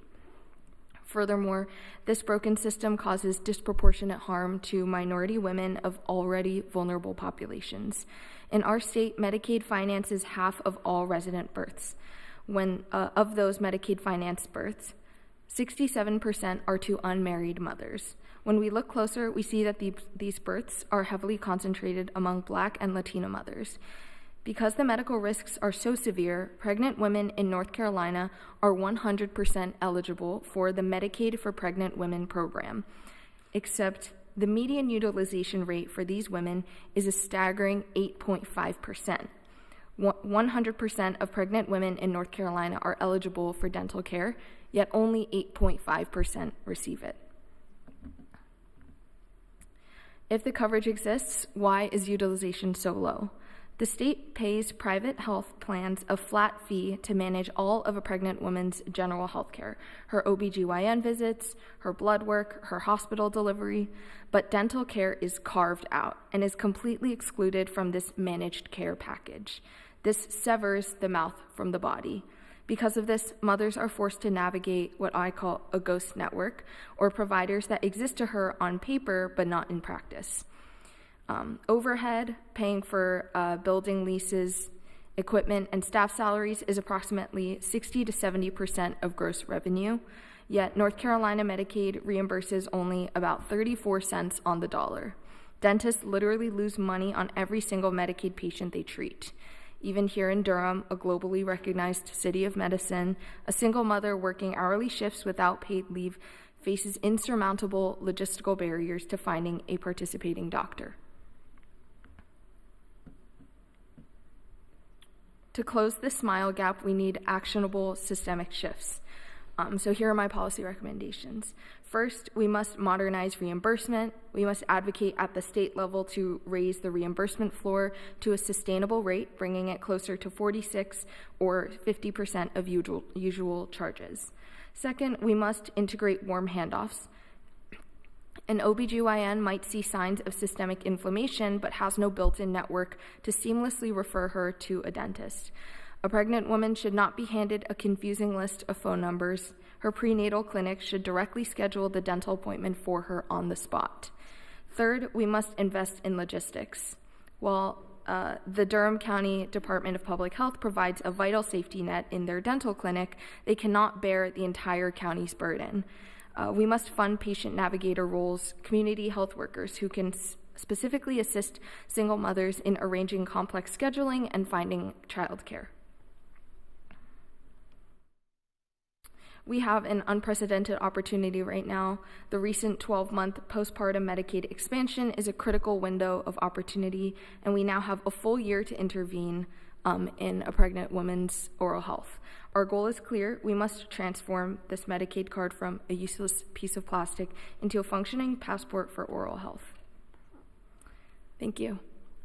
And now I'm going to pass it off to Shalina, who's going to talk about resource access for Latinx survivors of intimate partner violence. Thank you, Caroline. Hello, everyone, and good morning. My name is Shalina Morgan-Lopez, and I am a Women NC Scholar and Senior Political Science major at NC State.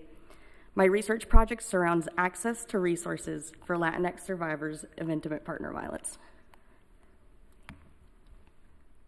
in North Carolina. The counties I focused on were Mecklenburg, Durham, and Duplin counties, which all have notable Latinx populations, but different rural and urban contexts. Durham's Latinx population is about 17%. So why did I choose to explore this topic? I come from an Afro-Latino family, and I myself have seen the impacts of IPV on generations of women in my family. I've worked for various nonprofits that engage in sexual assault prevention strategies, and I've served in Title IX roles on and off of NC State's campus. As you're probably already aware, Title IX are protections that prohibit discrimination on the basis of sex in educational spaces that receive federal funding. I wanted to look at a population that has been relatively understudied. In putting my literature review together, I found that it was not easy finding recent North Carolina-specific data related to IPV and Latinx women. I also felt that this project was incredibly timely considering recent immigration laws and ICE presence across our state and nation and right here in Durham.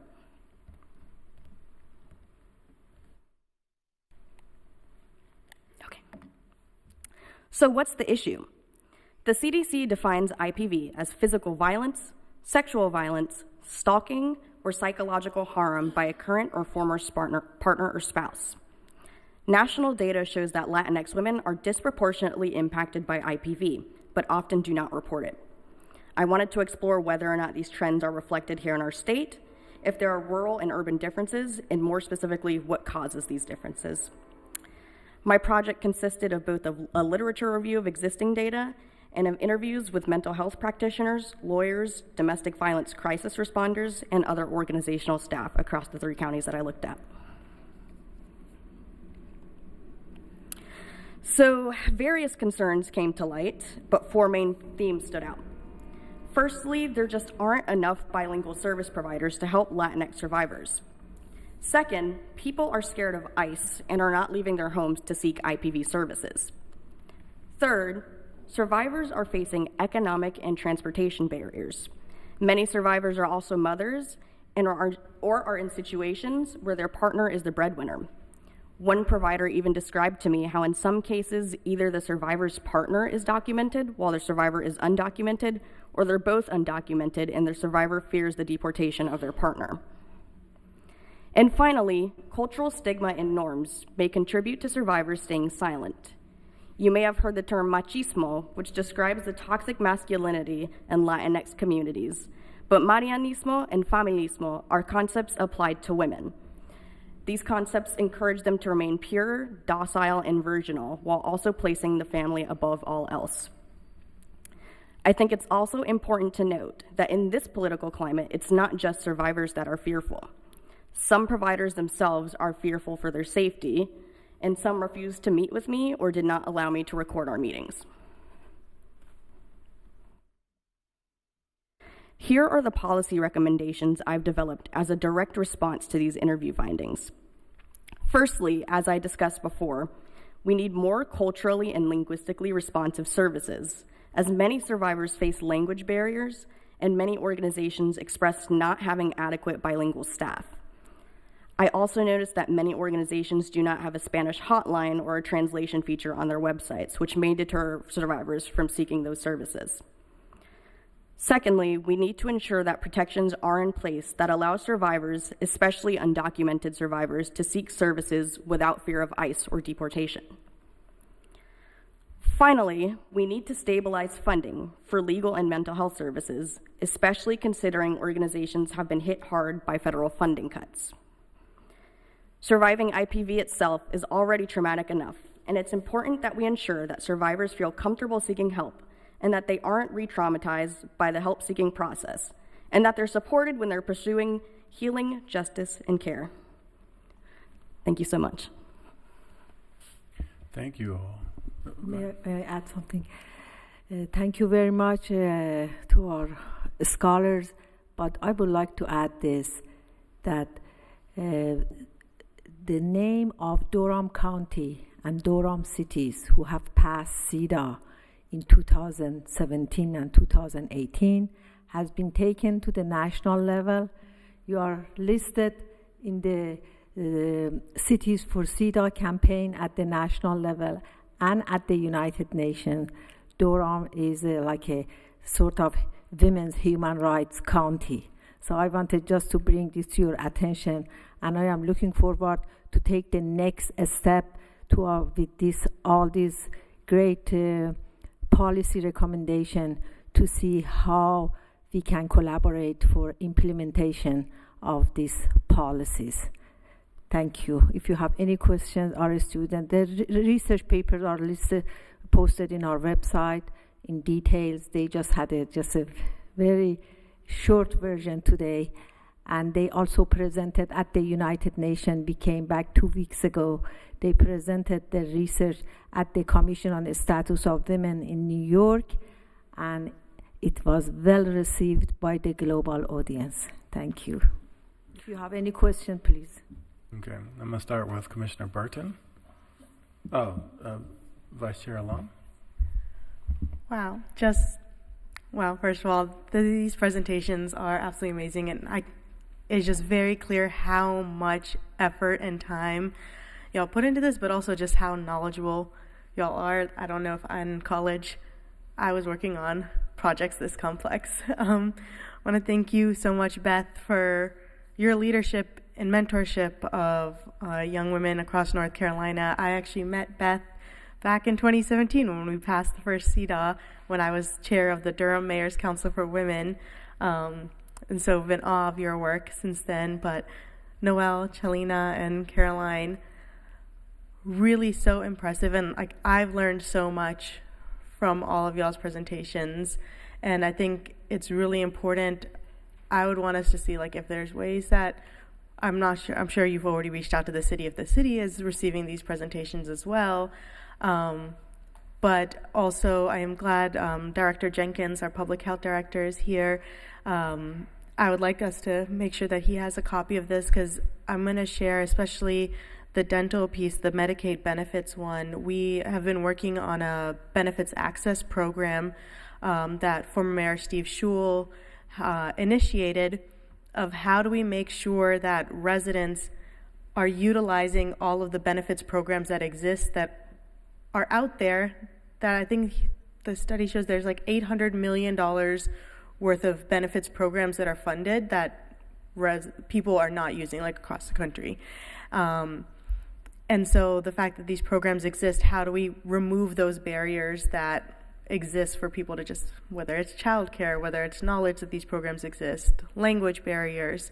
I think this will be a really impactful piece for them because, I mean, as a mother of two, I remember when my second kid, I ended up having 5 cavities, and I never realized how pregnancy impacts your teeth. I remember one of my nurses actually said they're leeches in a loving way, but the way that they actually just drain all of a mother's nutrients and how it impacts your bodies in ways that you don't anticipate.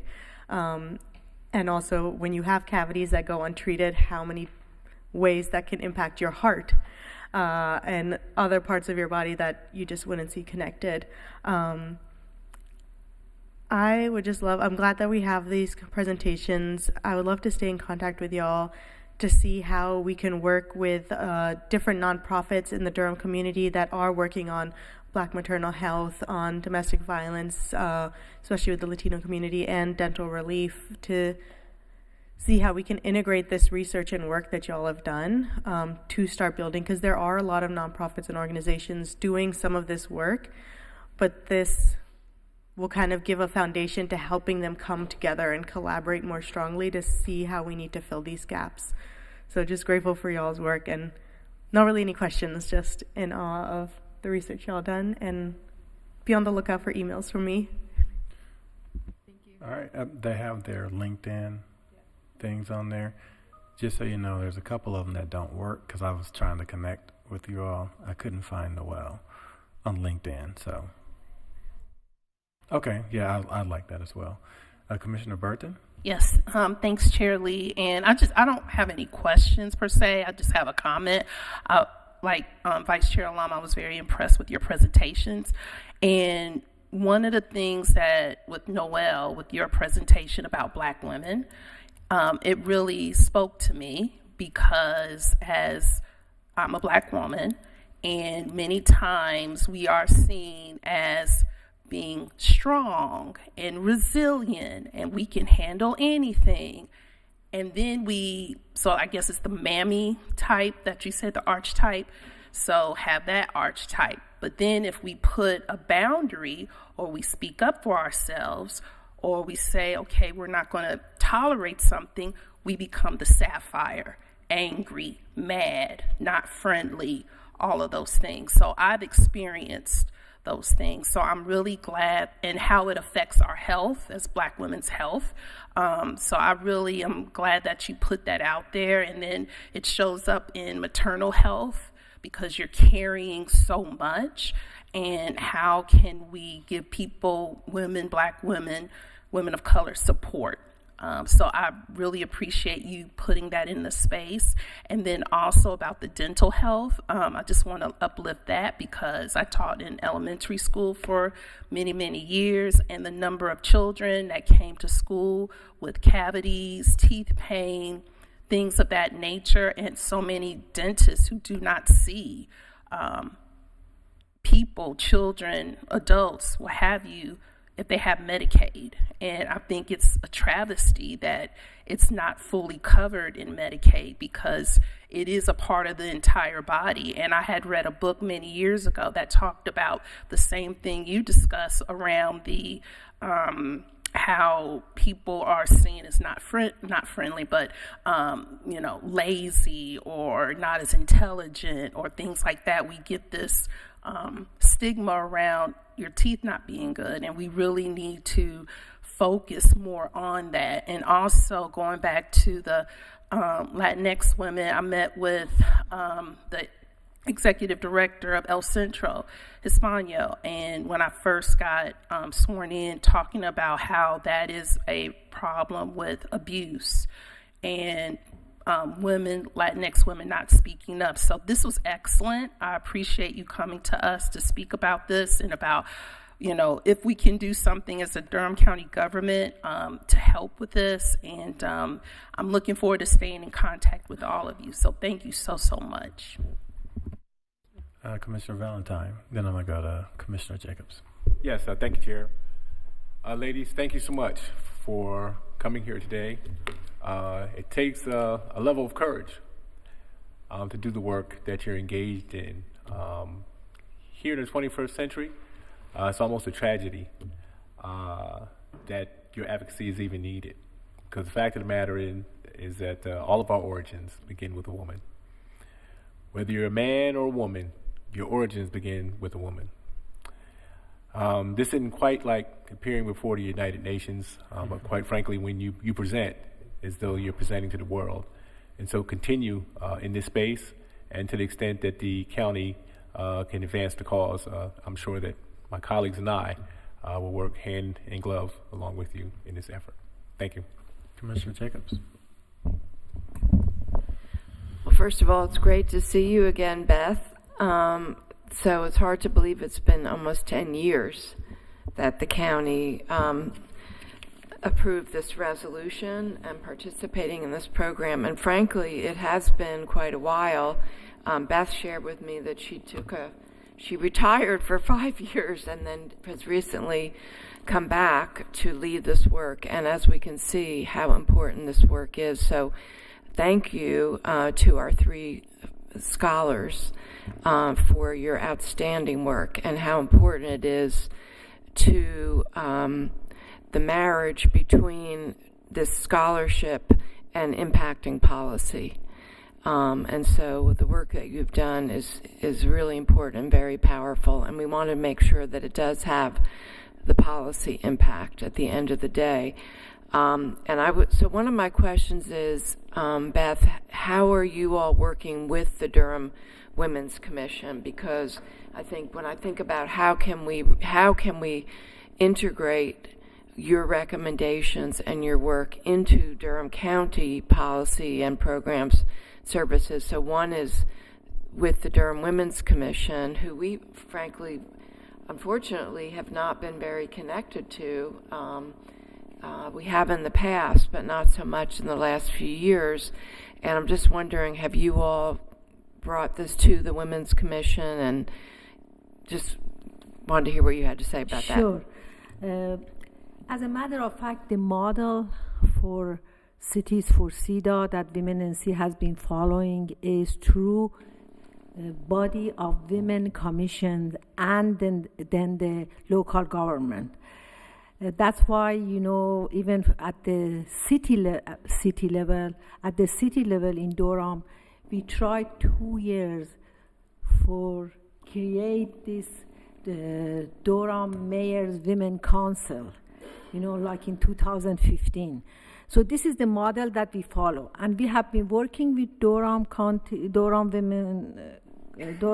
Women Commission for years. And this year, one of our mentors, we call it Femtors, Noel Femtors, is the chair of the Durham County Women Commission, Tiffany, and they were really planning to be here today, but because they are working members, they were not able to make it. But yes, we are in a close contact with Durham Women Commission, and as I mentioned, this is the model that we follow. To have a stronger voice, it is better to just go through the women advisory board, at the local level. Yes, and I think I remember that the Durham Women Commission used to provide like annual report, and I think now this COVID, put a pause on everything. But I think we can resume that, and with the resources that our students are providing, maybe they can pull together a report for you and then policy recommendations. That'd be great, because we did used to get an annual report, really kind of like the state of women in Durham, and just looking at certain data points, and we honestly haven't had that, and maybe your work can help spark that again. So I appreciate that that you are already collaborating with them, and that'd be great. And so related, Noelle, to your presentation, and I know Rod, you're here, right? Oh no, there you are. you know, it would be great for us to get an update. Durham County Public Health, we have a whole initiative around maternal health, and so I don't know if you've seen the report yet, but if we can make sure that Rod gets Noel's report, to get really an update on this. And then the other, I just wanted to share with you, our two state senators, Senator Murdoch and Senator Chitlick, this is one of their big priorities, and I would suggest you reaching out, or if you want an introduction, any of us can help with that, connecting you to them, because some of the things you recommended do require work at the state level, policy-wise. And then I also was wondering, Rod, if you, and I can help with this as well because I'm on our Lincoln Community Health Center board, but because a lot of our services around Black maternal health are through Lincoln Community Health Center and Public Health. So making sure that Lincoln gets your information as well. And then Caroline, also the connectedness between your two reports. And yes, I had numerous root canals and also 2 implants when I was pregnant in my 3 pregnancies. So yes. But I'm curious also, Rod, if we could get an update on what are Durham County's numbers related to the data that Caroline shared about the number of pregnant women that are making use of the Medicaid benefit around dental services, and kind of what do we offer, because also Durham Tech has a mobile clinic, and just wondering how are we addressing some of those barriers. And then Shalina, your report, while you were speaking, I looked up our Durham Crisis Response Center and also our Family Justice Center. We have a Family Justice Center supposed to serve people who are victims of domestic violence, and there's nothing in Spanish on either of those websites. So that is something I will follow up with the director about. And then I just also want to acknowledge our sheriff who's here, because, thanks to our sheriff who has been very strong in his support for everyone in our community, and recently presented at the Senate Judiciary panel and spoke very strongly about how ICE activities threatens community safety, and specifically, I think, Sheriff, you referred to things like domestic violence. So I would hope that in Durham, maybe things are a little better, knowing that we have law enforcement that is supportive. But the data about 1 and 3 Latinas being victims of domestic or inter-partner violence is really devastating. So, and of course we have El Centro and El Futuro here, but it's a reminder that we can and we must do better. So thank you. All right, and I'll say, these presentations were wonderful. I have a freshman in college, and I hope by the time he is, in his later years in college, that he can give some coherent type of presentation. I wouldn't even expect him to be at that level, but the way you all have performed has been really wonderful. I really look forward, and that's why I was looking up you all on LinkedIn, because I'm hoping to keep up with you all and look at your research and so forth. I'm really, really interested in research. I've become that since getting my doctorate, so I'm obviously deeply interested in the data that you all are finding and the writing that you all eventually do. I did have a question for Noel.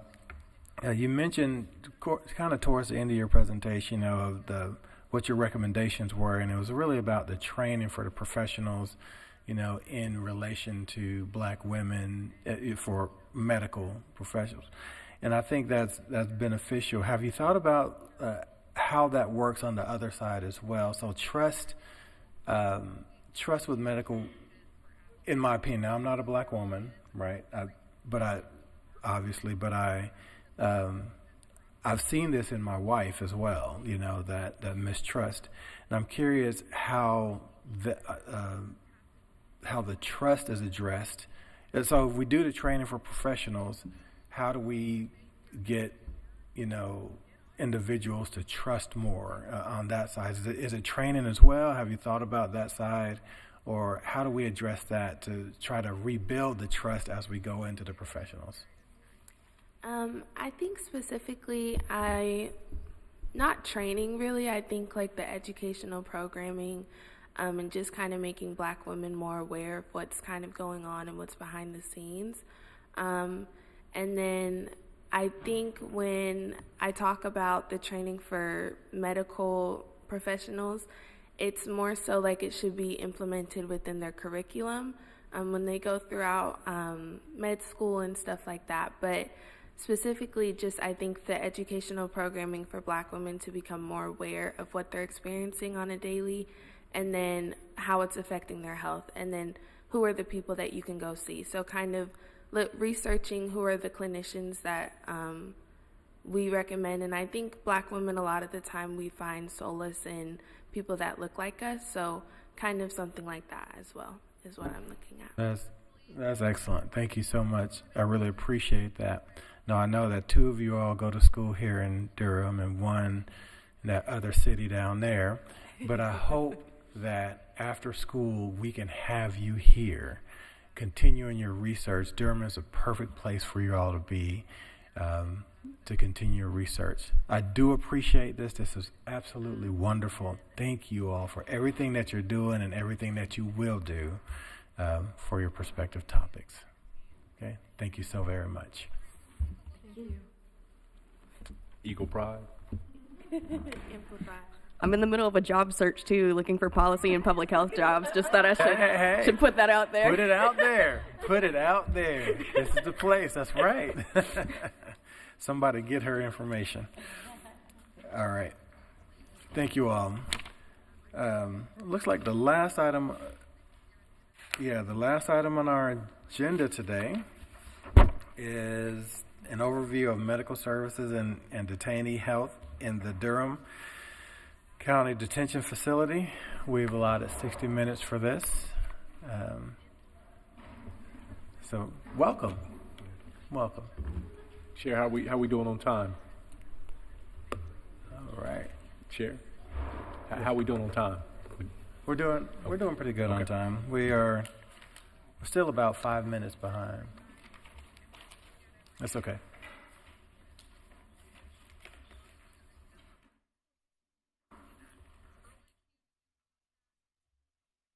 All right, thank you.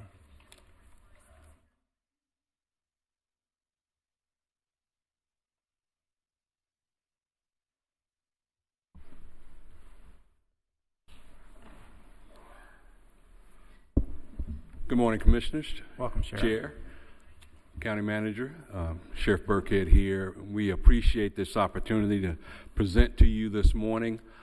This presentation was born out of some questions that you all asked us at the March meeting, as well as the March work session. So we said we'd be able to prepare a presentation and have that data for you at today's work session. So I have several individuals with me here today. I will start with our guest, WellPath, and allow them to introduce themselves. Emily? I'm Emily Wilson. I'm the Regional Vice President of Operations for WellPath. So I oversee the South Central area. This is Dr. Dalika Reynolds Barnes. She is our Chief Pharmacy Officer. And then I also have Dr. Dheeraj Taranath. I'm the Chief Medical Officer of WellPath. And my staff. Chief Ellerby, Detention Services. And Keisha Lovelace, in-house counsel at the Sheriff's Office. All right, hopefully we have lots of good information for you here today. As I said a moment ago, this was born out of questions and conversations that we had at our last meeting and some follow-up discussions since then. So I will dispense with the preamble and I will turn it over to Emily and her team. And then we also have the Director of Justice Services and Dr. Jenkins, Director of Public Health, who are obviously intimately involved in what takes place at the detention center as it relates to medical care and mental health services. So they too are available to answer any questions that you all may have. So with that, we will start. Keisha, Ms. Lovelace. Good morning. We're just going to give a quick overview of medical services in the detention facility and then hand it over to WellPath to go over the data. Really dates back to the late 1990s when the current foundation for what we have in the jail was implemented. In 2000, public health contracted, prior to 2000 rather, the county provided all services in the jail, medical and mental health. In 2000, we contracted with Correctional Care Solutions for medical services. In around, I believe, 2015 is when WellPath acquired Correctional Care Solutions. So WellPath, through its partner or the company that acquired Correctional Care Solutions, has been in our facility for the past 25, 26 years. We are NCCHC and ACA accredited. That's the National Commission on Correctional Health Care, as well as the American Correctional Association, both of which have numerous standards dealing with medical care in correctional settings. And we also have our CALIA accreditation, which focuses more on law enforcement, but those three combined make us a Triple Crown accredited facility. Less than 1% of the sheriff's offices in the nation have that. It's only, I believe, 79 out of 5,000. So we're one of 3 in North Carolina, and that really sets the standard and level of care that we have in the facility 24/7, 24 days a week, 24 hours, 7 days a week, comprehensive medical, dental, and optometry services in the facility, as well as in the youth home as well. And WellPath is also provides our pharmacy services, even though once you see mental health is still provided by the county. Those prescriptions are filled through WellPath's pharmacy division, that's what I will say, and also for our MAT programming. Mental health began in our jail in 1998 through our Justice Services Division. Also 24/7 services. They provide the mental health clinic, counseling, the STAR program, and we employ here in the county employees or the program managers as well as certified counselors who provide those services. JSD has a contract with Dr. Knaut, who runs our mental health clinic, as well as a contract with Recovery Innovations for after-hours telehealth. They receive referrals from the intake screening that WellPath does, as well as detainee sick call requests. Our detention officers, when they notice something, can also make referrals there, and they also, JSD provides services in the youth home. Most recent addition to medical services in the jail is our MAT program, which started in September of 2019. That is housed within the Sheriff's Office. We have a program manager as well as peer support. Our peer support person is here. Ms. Caldwell is with us this morning. We are supported by WellPath. They provide the dosing clinic, and those who also are suffering from some kind of mental health issues, JSD comes in and provides that counseling services. With that, I am going to turn it over to Emily. Thank you. So first, I wanted to introduce ourselves and our company. We've never had the opportunity to come speak in front of the County Commission, so thank you for having us. We're thrilled to be here and look forward to your questions. WellPath is first and foremost a clinical care company. Patient care is 100% of our focus. The way we feel like we provide that best is through stability. So when we have a stable team and stable staff, and we have significant longevity in our leadership at the site, we're really able to deliver higher quality care. Further relationships, so our relationships with the health department, our relationships with custody is extremely valuable. We cannot be successful without kind of a symbiotic relationship with custody, and the sheriff and his team have been amazing partners in that regard. And then trust, of course, that's part of the reason we're here. We want to be transparent, we want to be open, and make sure that you all have the information that you need. So those are kind of our 4 core philosophies. And I will hand it over to Dr. Taranath to kind of talk through the clinical high-level overview of our healthcare delivery process. Thanks, Emily. So when we look at the care that we're providing, what I'd like to do is kind of give you an idea of what the process looks like from when an individual is taken in on intake and booked through the entire process by the time they're released. So for the, yep. Okay. So when an individual is booked, the first thing that we need to do is get an assessment of, number one, who they are, what their medical conditions are, and what needs that they're going to have while they're under our care. And so first and foremost, their acute medical needs. So a lot of times they're coming in with certain injuries or certain acute problems. We want to make sure that's properly addressed in a timely manner. They also are going to have a lot of chronic conditions. A lot of times we will try to get release of information either from any providers that they work with in the community or through a health information exchange where we can try to access their medical records and determine what their chronic conditions are. That will include any psychiatric conditions, any somatic medical conditions, any dental conditions. Once that has been determined, the next step at intake is to make sure everything is stabilized. Any issues that are acute are treated immediately, and then we get them set up for chronic care visits. The other thing that oftentimes happens, as you know, when people are booked is that there's a number of people going through withdrawal or having recently been under the influence of alcohol or any type of substance.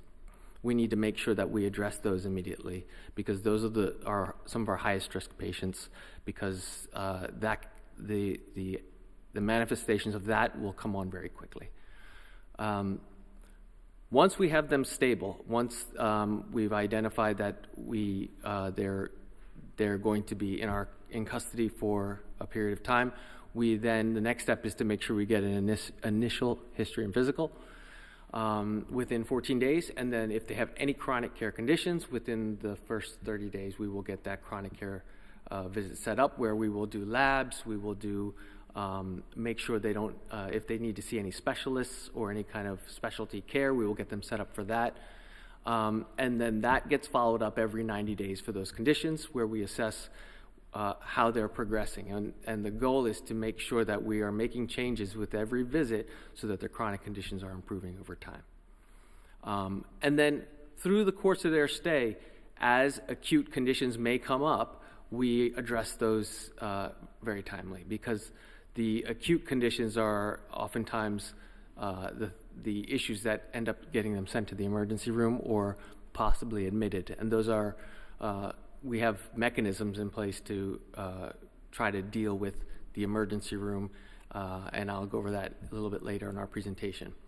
And then finally, just before, starting from the moment they are booked, we are starting to plan what their discharge is going to be like when they are released. So we have a network of community providers, and we try to make sure that we keep connected with them so that once they are released, we send them home with a short supply of their medications and then also appointments. So that way, once they leave, they are set up for success. Recidivism can be high, and if that is not taken care of. So that's the path that our patients take once they're booked through their release. And I'll go through, so for all of that to happen for a patient, there's a significant amount of manpower that kind of comes with that. So I wanted to kind of go over, we call it a matrix, but our staffing plan for the Durham facility. These are customized for Durham County. I'm not going to go through every single position. However, I do have a high-level overview in our appendix if you would like to see what all these positions do.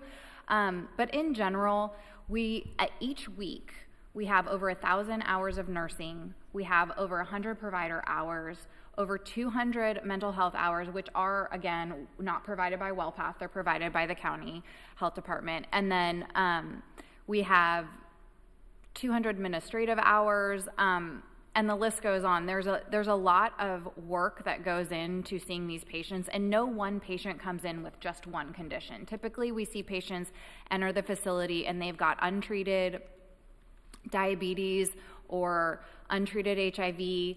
They are often detoxing and need to be put on a CWCAUS protocol and need immediate assistance. Often they'll have all of those things and be dealing with a schizophrenic episode of some kind, which is something that we would want to intervene in as soon as possible.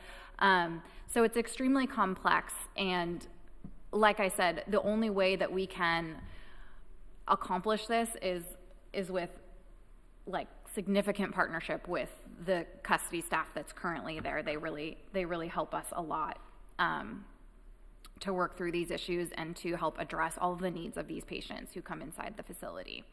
So this is our matrix for the adult facility.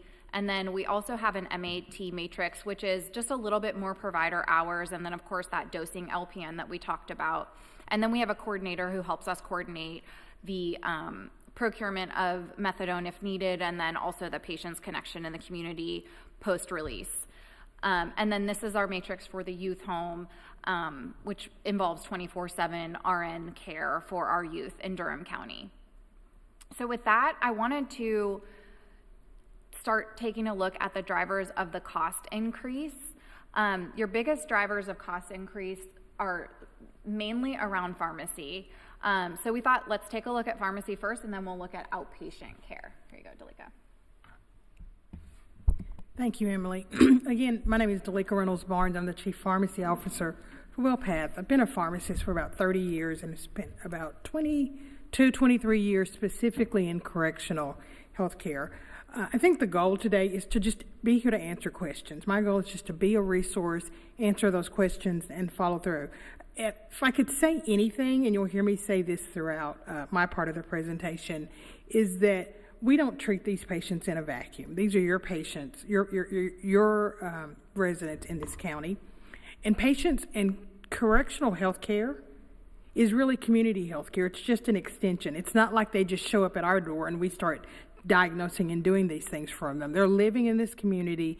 Either their disease states are being treated or undertreated. We are trying to put them back to a level playing field, but because recidivism is about 30%, we know that they leave and other things intervene, and we try really hard to intervene, and we get them back and we try to restabilize them. If we look at the past 6 months, what are we treating in Durham County? What are those disease states? I will say that about 30% of the inmates that come into the facility are on medication, and of those patients, they're on about 3.5 to 4 prescriptions apiece. And the top disease states that we treat tend to be around mental illness. Obviously, mental health resources being what they are throughout the country. This isn't a Durham County issue. A lot of these patients become just as involved because of mental health behaviors and mental health crises. Pulmonary asthma, COPD, especially in the South, we see that GI diseases, cardiac, hypertension, heart failure, seizure disorders, we see HIV. So everything that you see in the community, we see them when they come into our facility, into your facility. One of the questions is, so what's going on with total intakes? So we have seen an increase in the overall annual population since 2020. Now, 2020, I'll always refer to unique year for everyone, and remember that was COVID. And so we did have lower intake in the jail system. We had lower intake in healthcare services throughout the country, but since 2020, we have seen kind of a climb and then a stabilization of your population. One of the things I will say post-2020, it's not been a significant increase. So when we start to talk about, well, what's going on, we haven't seen a significant large amount of patients. One of the things we want to talk about is what's going on with the acuity or the level of illness burden that patients are bringing into these facilities that are driving this cost. So this is a interesting slide. When I initially looked at the numbers, and slides, depending on how you scale them, show what they show. So 2019, let me caution, is not a full year. It's about 7 months of data. It was based on the change in fiscal year and when WellPath implemented a WellPath contract with our pharmacy partners. So we'll start with 2020. And we explained exactly what happened in 2020. We had COVID. Patients that had significant illness were seen to be at higher risk for developing COVID. So we were able to release those patients a little quicker. People were having less issues. We just weren't out. And so there were less people coming into our facility. So let's look at 2021, and we can see what's going on with pharmacy. We're seeing not only the overall number of patients on meds increase. So we started out about 1,900. We're about 100 to 200 more patients a year in your facilities on medication. And then the question is that a proportional increase in drug cost? It's not, and the change is the disease states that we are treating in the county and the medications specifically around mental illness that we're using to treat some of those, and we'll talk about that next. One of the big areas that we are seeing in Durham that is a driver of your cost is issues around the treatment of HIV. HIV is a very small percentage of your patients that come into the facility. It's about 0.5% of the overall total patients. The average drug cost to treat a patient with HIV is about $4,000 to $4,500 per patient. So it's not an inexpensive disease state to treat.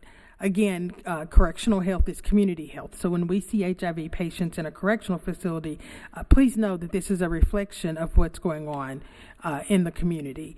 And so one of the things that you will see is in 2024, we saw a large climb in the number of patients, absolute patients, that were inside the Durham County Jail, and that is reflected in the increased drug costs. What we do know about HIV is that not being a young pharmacist, I can remember when we had people on 4 or 5 meds trying to treat it. You know, the therapies have significantly improved. But with that improvement in therapies, there's been a significant increase in the overall cost. The benefit of this treatment, though, is that the therapies are so powerful now that you can get the virus down to undetectable.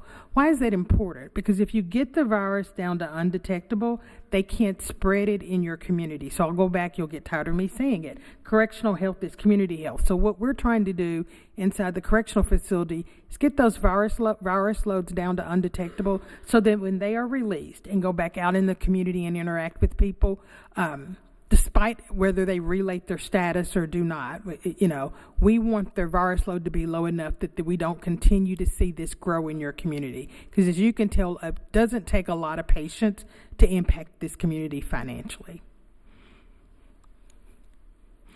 One of the things that we will say is Durham County, again, when we look at the rate of diagnoses of HIV, Durham County consistently is a higher rate per capita compared to Wake County and Orange County. So we see even within the county, we are seeing a higher rate of diagnoses, about 22 per 100,000. And then that's higher than what we see within the state. Now that should be expected because in more rural areas, we're going to have less diagnoses, we're going to have less people. So it's not an indictment, also within the United States. And one of the things that we watch at WellPath, because we are, sometimes it's a blessing and sometimes it's a curse, but we're lucky enough to be able to track patients around the country because we have contracts in multiple counties throughout the country.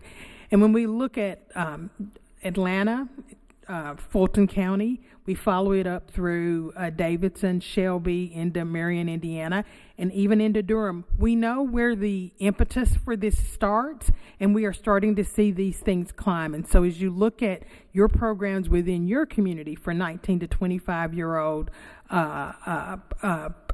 primarily minority males and females, that effort will be important, because that's not a number that just goes down in a vacuum. The treatment works, but there's got to be some effort on prevention, and that's part of what's driving your jail HIV cost.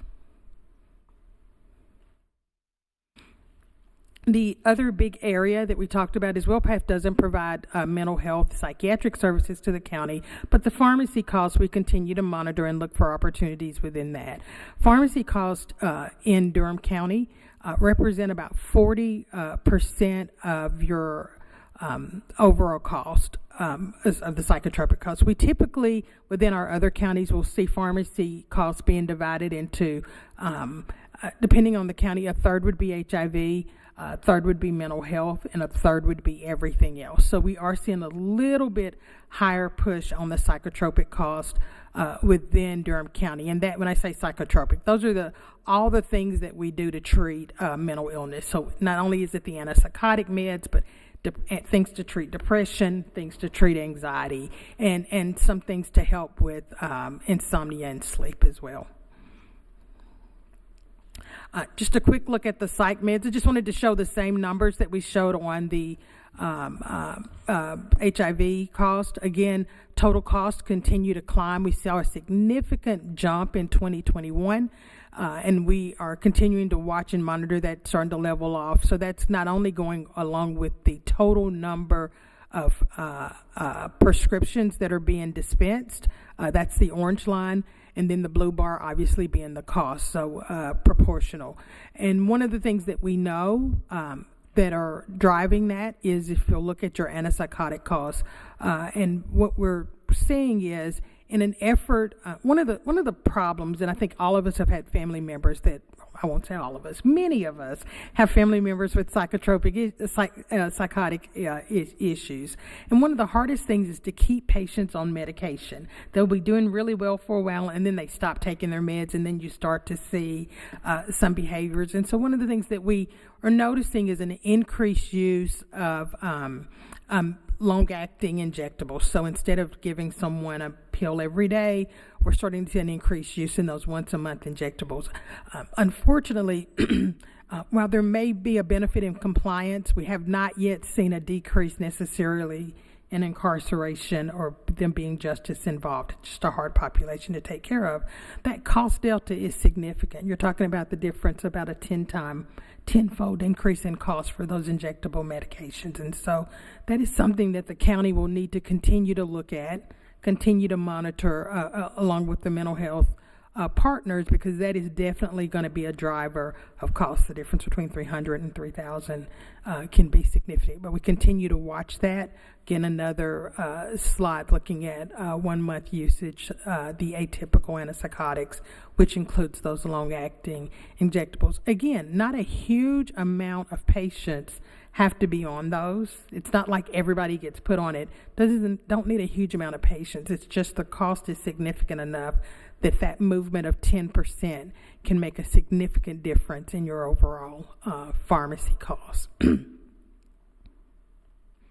And this is the slide showing that difference. So that's just the growth. I'm not sure there's more to add on that. It's just we wanted to continue to speak to something that needs to continue to be monitored. Before I pass it back over to talk about the outpatient and offsite costs, I think one of the things I want to say is, while we monitor the drivers, the other question would be, well, we appreciate you keeping up with what things are going. Do you have programs in place? What are you doing to help us control that cost? And we are continuing to do that through WellPath. And so we have implemented, we obviously have a formulary which is monitored by our clinical providers. So when someone uses medications that are not on the formulary, and we expect that our formulary is used 80% of the time. We know that patients have some unique characteristics. We don't expect 100% compliant, just like you wouldn't expect that for your personal formulary. The other thing that we have been able to access this year is couponing. And so a lot of you may use copay coupons. Obviously, our inmates don't have coupons, but we do use cash discount coupons through our pharmacy partners to help control the cost, as well as any federal programs around 340B. We have implemented those as well. So we are continuing to look at ways, and we send notices to your prescribers to make changes when there's something that needs to be changed. We continue to look at it, but we do have those two areas that really are pushing us forward, and we're just, continuing to look for what's the option. Will there ever be a cure? Thank you. Thank you. So now we just wanted to give you a quick overview of outpatient costs, which is another big driver of cost. So first, I wanted to start just with an overview of your outpatient costs year over year, and then the blue bar is the outpatient costs, and then the ADP is our average daily population. So it doesn't look that dramatic, but the average daily population has gone from about 368 to a little over 450 in the past 5 years. And so, of course, that's going to drive your outpatient cost expenses. So outpatient expenses include emergency care for patients. It includes if a patient comes in with cancer and they need chemotherapy, radiation, dialysis. There's a number of things that patients are sent off-site for. You can see from our next slide that emergency room care is by far the largest expenditure, the largest claim treatment for Durham County. We have many cost mitigating efforts that we implement at the jail. Our biggest one is virtual emergency care. Do you want to talk about virtual emergency? Yeah. I can do that. Yeah, as Emily said, ER is our highest cost driver. One of the things that makes ER, and also if you look underneath that, inpatient hospitalization from the ER is also very high. And what happens in the emergency room, as many of you know, is sometimes patients will come in and there will be what's called a soft admit, where they're not sure and they're just going to want to admit for observation, and that cost can be high too. And we found that across our platform, the same situation has been occurring in hospitals. And in Durham County especially, there's been a high ER utilization. And so what we have implemented is a virtual emergency care. It's a great program where we've employed emergency room professionals, both physicians and advanced practitioners. And we have created a system where when a patient comes down to see the nurse with some sort of acute condition, typically the response is, they need to be worked up in the emergency room and let's get them there to be seen and evaluated and brought back. The problem is when they're not brought back, and what can we do on site to mitigate that? And so by using these virtual emergency providers who are well versed in emergency medicine, they're able to see the patient, make an assessment, give some orders to the nurse, and as the number there shows, about 65% of those acute calls we're able to treat on site. And that way it avoids an unnecessary send out, which not only is the cost of the emergency room, but also the cost of having custody. Usually 2 officers have to leave the facility. And so our virtual emergency provider is there 24/7, and it has been a huge cost-saving measure that we've implemented. And with Durham County, we've actually heightened the focus, increased educational efforts, because what we want is for nurses to feel comfortable that they can call a virtual provider rather than just immediately call 911 when they get worried about a condition that presents to them. That concludes our presentation. So now we wanted to leave a significant amount of time to talk and have you guys ask questions, and we can answer anything you want, I think. All right, just looking around here. All right, we'll start with Commissioner Burton. Thank you, Chair Lee. I really don't have any questions. This has been very insightful, and to see the cost of taking care of inmates in the Durham County Jail, and that many of them have health issues, and a lot of this has to do with, a lot of factors. And I think what I'm going to do with this is just sit on this information. I appreciate you giving us such thorough numbers, things like that. I'm really concerned about HIV now in our community.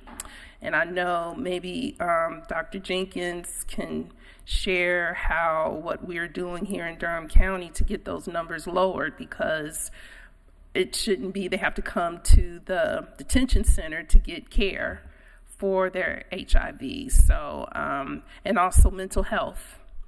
We have to continue to focus on how do we, support our residents with mental health. So this was just very insightful. Thank you so much, and I'll yield to my colleagues.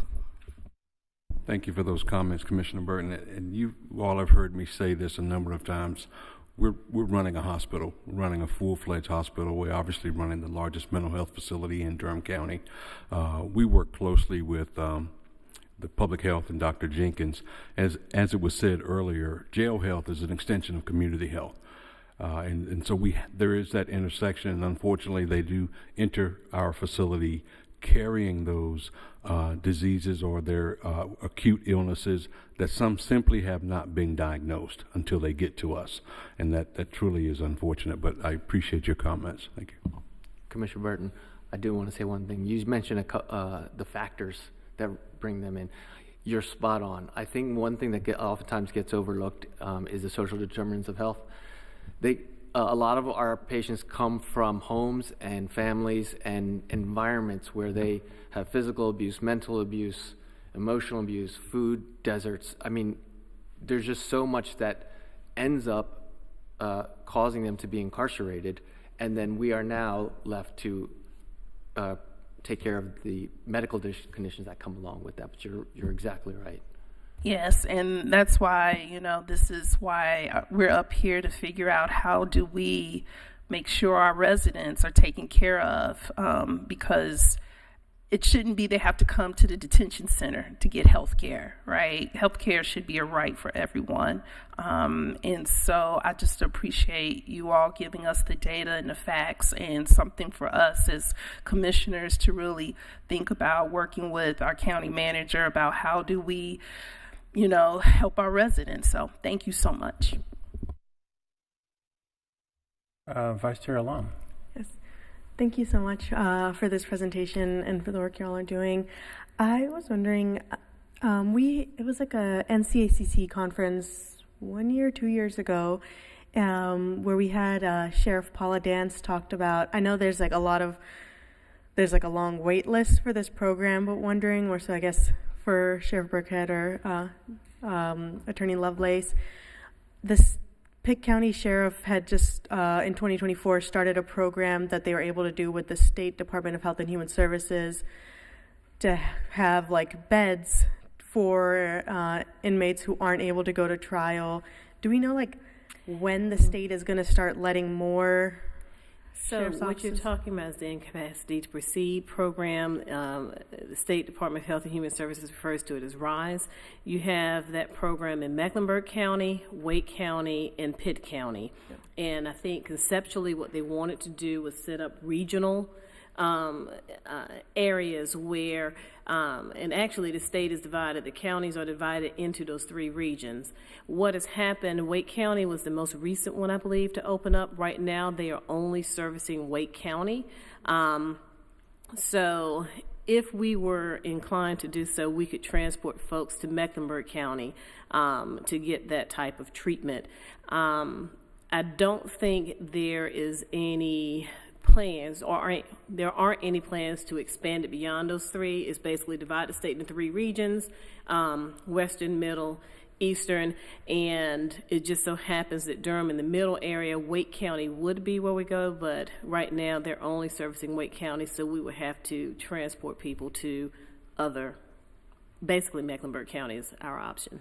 And is that like a Wake County decision, or was it a state decision of that Wake is only? Not entirely sure. When Wake County opened up, we did have some conversations with Sheriff Rowe, and I believe what he wanted to do was focus on getting that implemented. It's something that Sheriff is very interested in. I can turn it over to Sheriff if you want to speak a little bit further. Vice Chair Lum, it's a little bit of both.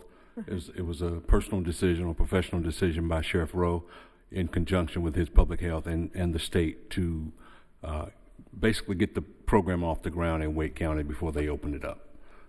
And just for everyone's knowledge, we were approached before they approached Wake County, and Wake County just moved a little quicker than to get the program there.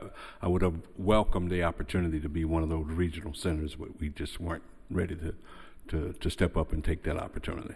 I just want to jump in because I do have an update from the Stepping Up initiative. At our meeting about a week and a half ago, 2 weeks ago, maybe you all, I don't know what kind of information you have yet, but what we heard and the Stepping Up initiative is Durham County's effort to reduce the number of people with mental illness going into our detention center, because we know that is the problem to begin with. But the update we got at our Stepping Up initiative was from Dr. Canal that there are 2 detainees in the Durham County Detention Center who have been approved by the state, DHHS, to be able to go to Mecklenburg County to participate in the capacity restoration program, which is great news because every day they sit in our detention center, they are costing us an enormous amount of money for their psychiatric treatment, and plus just the daily cost. And they can't go to trial until they have received the capacity restoration services. And I know Wake County is not taking people yet because they're just getting started. So it's fantastic news that we have been have these 2 detainees that have been approved to go to Mecklenburg. And I don't know where that was at with you all, or if you were aware of that, Sheriff Burkhead, but it would be great to get an update on that. Yes, we are aware of that, and we've been in conversation with Justice Services. That's why I just asked Ms. Humphreys to come up.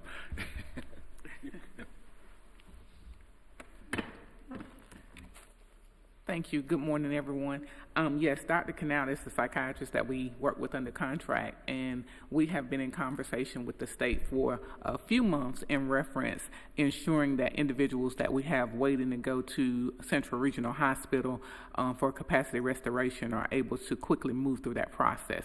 So in conversation with the state, they indicated that we could send the detainees to the Mecklenburg County program because they have capacity right now to receive them. However, we have been in conversations with the Sheriff Department about that, and I think our sticking point at this juncture has been around transportation and who would cover the cost for transportation. Participation in the program, the costs are all covered by the state, except for how those individuals would actually be transported to the program in Mecklenburg. Do we know what that cost is? I don't have that figure off the top of my head. Sheriff, do you know? Okay. It's uncertain because we would be responsible for transporting them to and from Durham anytime, or to and from any other location. So no, we don't know that cost. Is a financial cost as well as a manpower cost. And then I had one more question. And it's great that Ms. Humphreys is here, because that was going to be my next question about, obviously I know that the jail, we hear Sheriff Burkett, and we've seen it also on our tours, it is the largest mental health facility in Durham County. And so obviously we want folks to receive the care that we're able to give them, but what type of partnerships exist with the Justice Services Department to kind of have that intervention beforehand, of providing resources, of working with whether it's formally justice involved or people at risk of being justice involved, of providing them that mental health access and resources, also working with public health before they end up in the jail. Yes, we definitely are working together to address those issues. I think that the issue that continues to come up for all of us is about when a person is released back into the community, the continuity of care.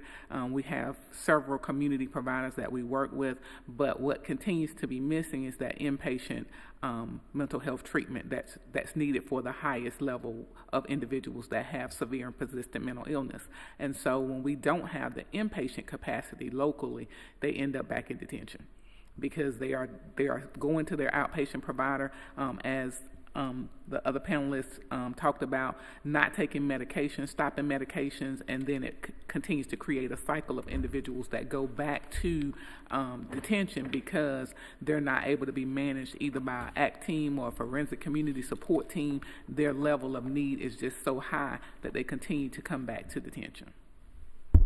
And Vice Chair Lum, you're absolutely correct. What we're missing in Durham is the ability to catch them on the front end through our juvenile justice services, through the youth home, through our schools. We're just missing them because we know the individuals that we're unfortunately seeing between the ages of 18 to 30, and they are coming in with ACEs, adverse childhood experiences that they have not dealt with, and we don't get our hands on them until they're incarcerated. So the community piece is a gap that we would love to address. Commissioner Valentine. Thank you, Chair. If we could, I'd just like to go back to the issue of the two inmates who have problems with competency, and so that's important. So we can get them to trial and expedite either their long-term placement, or otherwise. And so, with respect to the transportation cost. County manager, is that something that the county would undertake, or is that an issue for the sheriff's particular budget? We would need to better understand what that cost means, because I'm not sure, is it per transport or, but that we would definitely work with the sheriff's office to support it, especially if you're looking at a cost benefit, that this would be a lower overall cost. But I would need to better understand sort of what that means when you talk about cost, because if you're having personnel to transport coupled with multiple visits, doing it on site may be more cost effective. But if looking at what this particular issue is, if they are housed there for an extended period, it may be a different scenario. So I am less familiar with the nuances, but we can come back to talk through what that is. But definitely we'll work through that. This is but certainly, the first. If I understand the program, all the costs would be captured once they got to Mecklenburg, and so we'd be just responsible for the transportation, right? And so you're saying that's something that we can work out. We can definitely work out the issues. I'm just less familiar with this particular issue, so I just need to have more information. Okay. Commissioner Valentine, if I may, there are a number of moving pieces. So you raised a very good point. Is it just transportation? Not just transportation. It's transportation, it's staffing, it's court. So the coordination between the DA's office, the courts, because that individual would still need their day in court. So if is it a short-term visit? Is it 7 days, 10 days? Is it 2 weeks? Then we got to come back, pick them up, and go from there. There's a waiting list across the state right now for competency evaluations, and Mecklenburg has the space to house an individual for that. So it could be a much longer stay than we anticipate, but if the DA's office says we need a report and we need it now, we need to push this through, then we just got to move quick enough to get the pieces back. So it's not as smooth as we think it is, and there's some pieces that need to be addressed through multiple agencies, not just the sheriff's office, and it's not just a matter of cost, but cost certainly would factor into it. Okay, thank you for that. Just to add, one, in addition to that, we actually have 3 folks now awaiting bed space. We've been in contact with the state. Yes, Mecklenburg has that program. The wait time for Central Regional is approximately 60 days. In addition to what Sheriff was saying, it's a manpower issue that since they're in custody, that would require our deputies to do those transports. Our deputies also are doing the transport for involuntary commitments. Whenever someone goes to the hospital, those inpatient hospitalizations or emergency room hospitalizations, we have deputies that must sit on those individuals. Our number from patrol for last year was 1,800 hours of deputies that were pulled from patrol to go over there. I don't have our civil deputies. They also get pulled. So when we're talking about the transport piece, we already have deputies being pulled from other services we provide in the county to do the IVC transport, sit on folks at the hospital from our patrol and civil divisions. So when we talk about that transport to and from Mecklenburg County, we have to also take into, when we say manpower, take into consideration all of those other things that we have going on. I think, and I'm not certain, but I believe that Durham County would still be responsible for the medical costs of the patient as well. So, okay. Actually, for this particular program, the RISE program, the state is handling all the costs except for transportation. So once they arrive there, the whole process of capacity restoration while they're in that program, the state would pay. That's great. Okay, great. Can I ask one question, Rashada? How long can an inmate stay in the program? Is there a They have not. If they transfer to Mecklenburg County, and is it? It's not indefinite. They don't have like a time frame because for each individual is different for how long it takes that for capacity to be restored. So they haven't given us like a 30-day, 60-day. They have not given that because they know for each individual it will be different. But it's exciting that this is an option for us to consider. So the next sort of statement, not a question, I just want to appreciate the concerns that were raised by Commissioner Burton here today regarding HIV in our county. Just looking at those numbers tells me that we probably should be doing something else to address what the numbers suggest could be a growing sort of public health issue. And so now that that is on our radar, I'm hoping that we can give that the attention that it deserves. Sheriff, we've been talking for over a year about medical director's position. How does that fit into, sort of the overall discussion that we've been having here today? Thank you for the question, Commissioner Valentine. It fits perfectly into what we're talking with today.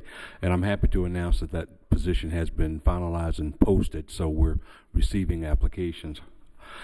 This would be a position that works in conjunction with our mental MAT first and foremost, because we're looking for an addiction specialist that also has some understanding of obviously the mental health issues, working alongside justice services and of course our WellPath partner. So this would fit perfect into us getting a higher level of oversight with these patients who are suffering these acute illnesses and who need special services. Absolutely.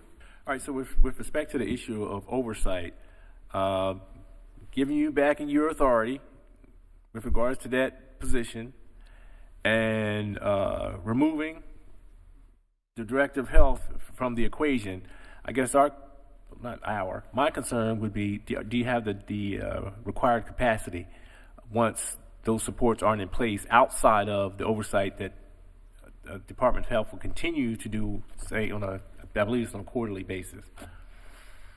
Yeah, no, absolutely. We're doing it now. By state mandate statute, public health director is responsible for signing of the medical plan. Our partnership with WellPath that we've had, as you heard from the presentation, for 25 years of such, our relationship with justice services, our in-house capacity to manage the billing along with WellPath. I think we are well suited to manage that contract.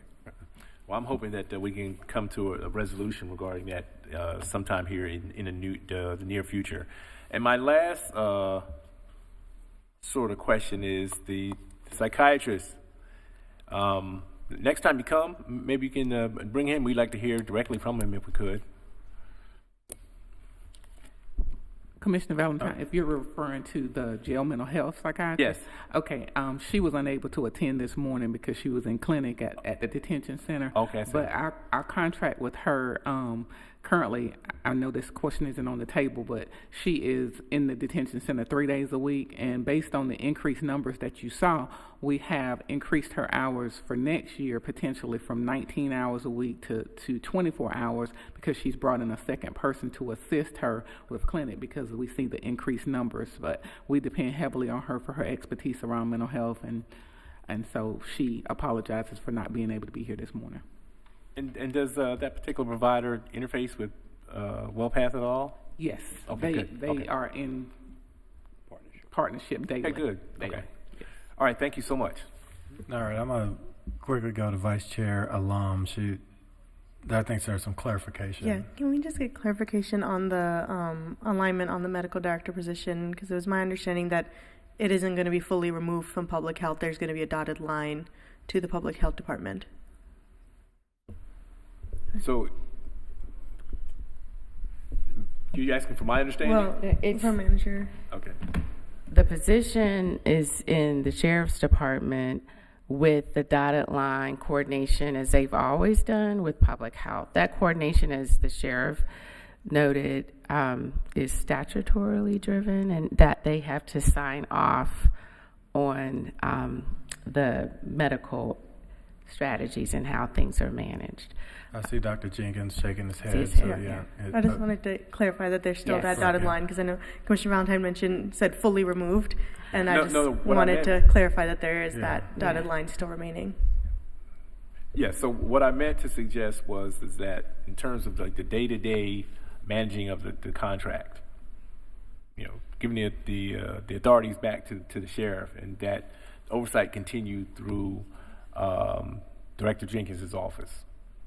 Yeah. And so to the extent that the sheriff's office has the capacity to do that, because right now the director's taking that up, and he's made it clear that he thinks that this should be handed completely back to the sheriff in order for him to be able to provide the day-to-day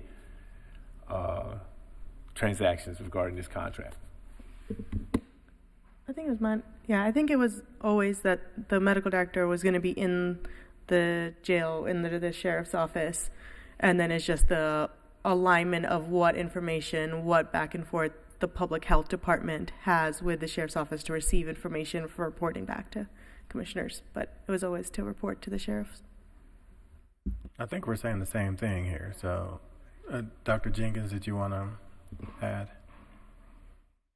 Good afternoon, Dr. Rod Jenkins, Public Health Director.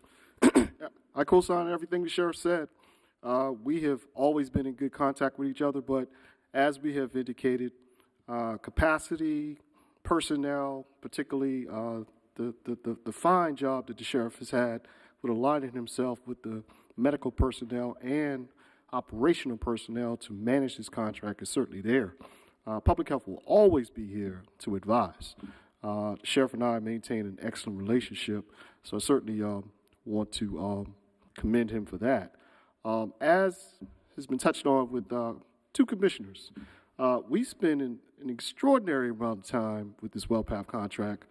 Emily and I have grown to know each other very, very well. But, again, we want to do public health, which is HIV in Durham County, and being able to really focus a lot of our energies on what is true public health in an effort to make sure that these individuals don't go into the detention center with these ailments that plague our community. Happy to answer any additional questions you have. Okay, thank you. Thank you. Appreciate that. I think we're clear. Now, did you have any other questions, Commissioner Valentine? No, Chair. Thank you. Okay, thank you. Commissioner Jacobs. Thank you so much for being here and for this presentation. I especially appreciated all of the data that you provided about the pharmacy-related expenses. That was really, really helpful. I just want to say that we really need to take, and it's been referenced already, a systems approach to the issues around the costs related to taking care of people in our detention center. As we see, the costs are increasing, and we have a responsibility to the people in our community with our overall challenges around funding in this community, that we have got to work together and really dig into what is happening. You referenced this related to social determinants. But again, as we have less and less money to spend, we've got to dig into these costs and really take advantage of every opportunity we have to reduce the costs. Again, taking a big picture approach. It's a system. It's our whole justice system. It's our crisis system. It's our mental health system. And, we are doing a lot in Durham, but we still have a lot of gaps. And I just hope in the next year, we can kind of really dig into some of the trends and things. I've been a part of the Stepping Up initiative, which is, again, Durham County is an innovator county. Nationally, we have our, so many people work on that. And, we have an entire department, Justice Services, that is working on pretrial release and ways that we keep people out of our jail, our mental health court, our recovery court. We have all these programs in the detention center, like the STAR program. We've got trying to do the warm handoff with programs like our reentry council, the FIT, our peer support specialists. But I think we need to understand, where things are working and where they're not.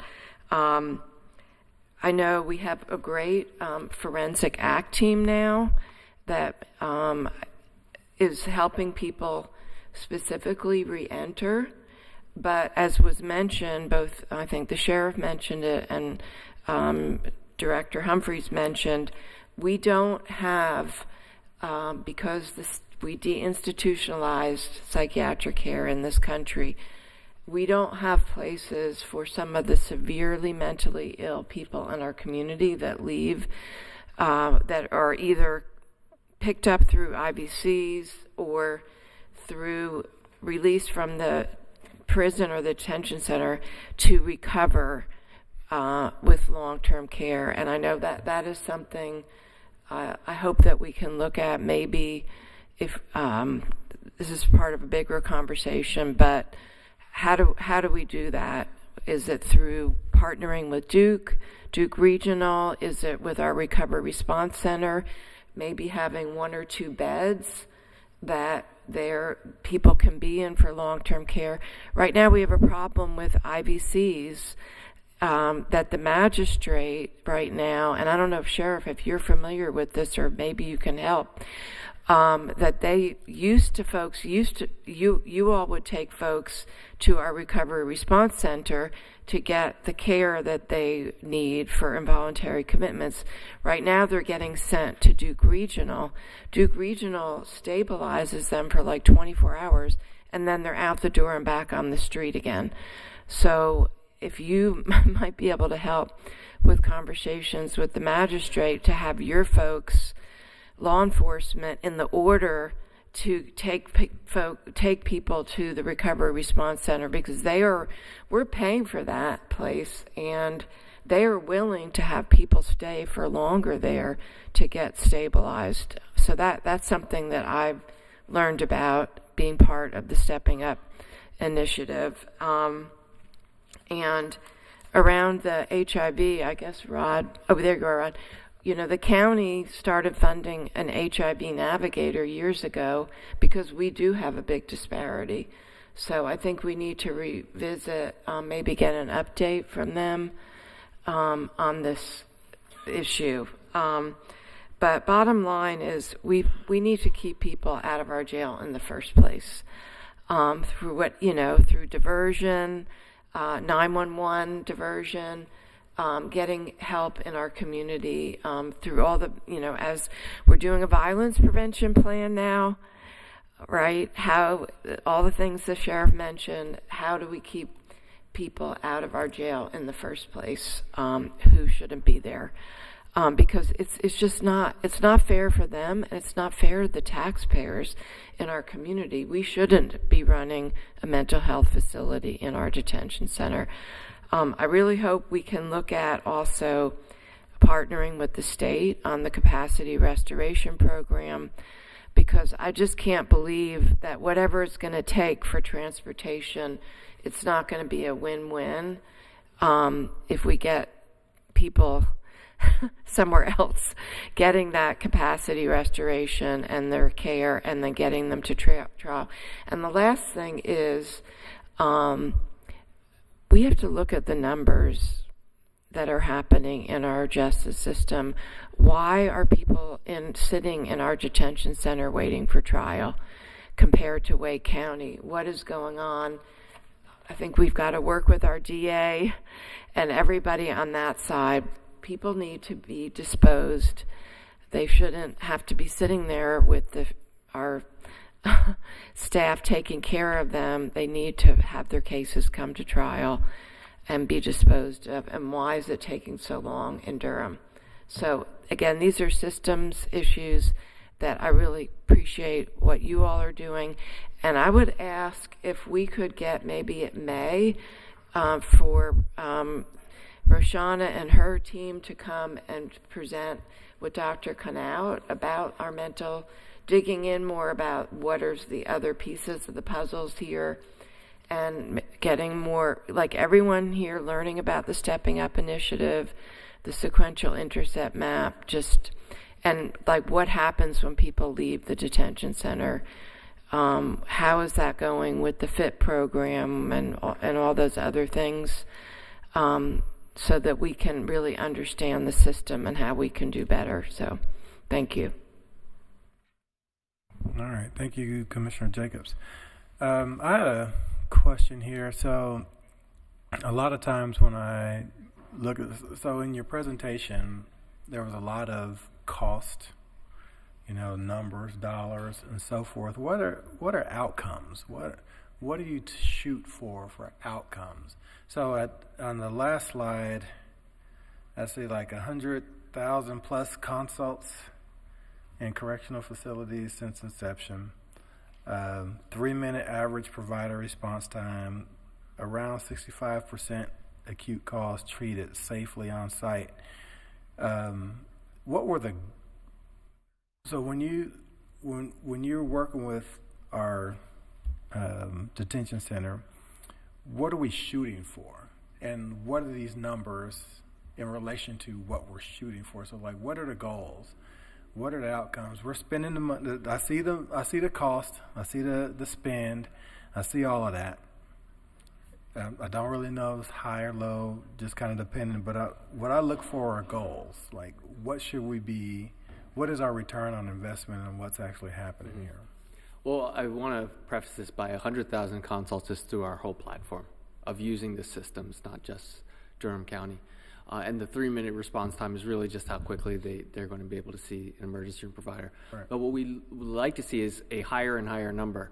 We don't, what we want to see is that a higher and higher number of acute calls that are able to be managed safely on site with reduced send out. Mm-hmm. The more we can do that, the more cost savings we can have. Now, we do realize that there are some conditions that we will have to go to the emergency room. I will never get 100% because there will be certain conditions that require a CAT scan and higher diagnostics. But a lot of the conditions that had previously been sending out is, for example, chest pain was a big one. People just come down and say chest pain, and it's very difficult when you're on site to say this is cardiac or not cardiac. Do I send them? Do I not send them? But there are ways to risk stratify these individuals and prevent them from going to the hospital by being able to watch them. And that's what we want is because the majority of medical providers that staff these facilities are typically internal medicine doctors, family doctors, occasionally an ER doctor. But the reality is most of them don't know how to manage as they would in the emergency room. So their default is to send to the emergency room. And so the more we can get our providers to learn how to triage appropriately, because over time what we find is that by using this system, they actually learn that they can manage a lot more on-site safely without the risk that comes with those conditions. Right, okay, and I appreciate that. But what I'm more looking for is you all internally at WellPath, when you're looking at, approaching Durham County and saying, okay, we want to we want to renew our relationship, we want to keep going. What are the metrics that you collect or look at to say, okay, we're being successful in Durham County. We are doing what we're supposed to be doing, and that would justify us, redoing a relationship. Now, I'm not questioning a relationship. I'm not doing that. But I like to see those sorts of things. That's kind of what I do professionally. And so is there a way for us to have those metrics, with the Office of the Sheriff, or even from you all, to say, this is what we expect to see when we consider ourselves successful in this relationship, in this partnership, and this is how we performed, associated with those particular metrics. So one of those metrics that I think is very important is how timely are we seeing the individuals that are incarcerated. That's a good one. Because what's going to happen is that there are going to be patients that refuse to be seen, and we need to make sure they're still getting seen. Because what happens is if there's a backlog in chronic care visits, there's bad stuff happening in those backlogs. Okay. And so one of the metrics that we try to look at is how can we bring the backlog down to zero? And then also how quickly can we get them seen in a timely manner from when they file a grievance that they have a sick call request. So some operational measures that we use to provide, so clinical and operational, obviously we're clinical first, but they kind of flow together. So I would say that as an operator, our biggest metrics are exactly what he's saying. So I have a regional director of operations who is held to account to do we call it a regional director checklist, but it's really just compliance, right? So it's looking at your backlogs. Is there a chronic care backlog? If so, why, and what's your plan to solve it? So no chronic care backlog. Sick calls must be seen within 24 hours. A complete history and physical must be done within the first 14 days. We make sure that our intakes are robust and dynamic. We don't want intakes to be on autopilot. We want our nurses interacting with that patient, really keeping an eye out for them, and then also making sure they're making the appropriate referrals to either chronic care, acute care, mental health, whatever it may be. And so for me, from a success standpoint, the number of send-outs, because if you are not addressing a patient's acute needs immediately, they're going to get sent right to the ER. And just what Dr. Taranath just said is that, if a patient is not seen in chronic care and they have anything chronic, they're going to get worse and worse and worse, and then they're going to get sent out to the hospital. So I do look at outpatient send-outs as a metric of success. There's always going to be some, because it's a high-risk environment. But one of the things, so I would say that, and then I would say also like CWCAO's protocol. So detox protocols are extremely important. Our highest risk patients are those that are in the first 7 days of detox. They're at the highest risk for suicide and just deterioration, I think, in general.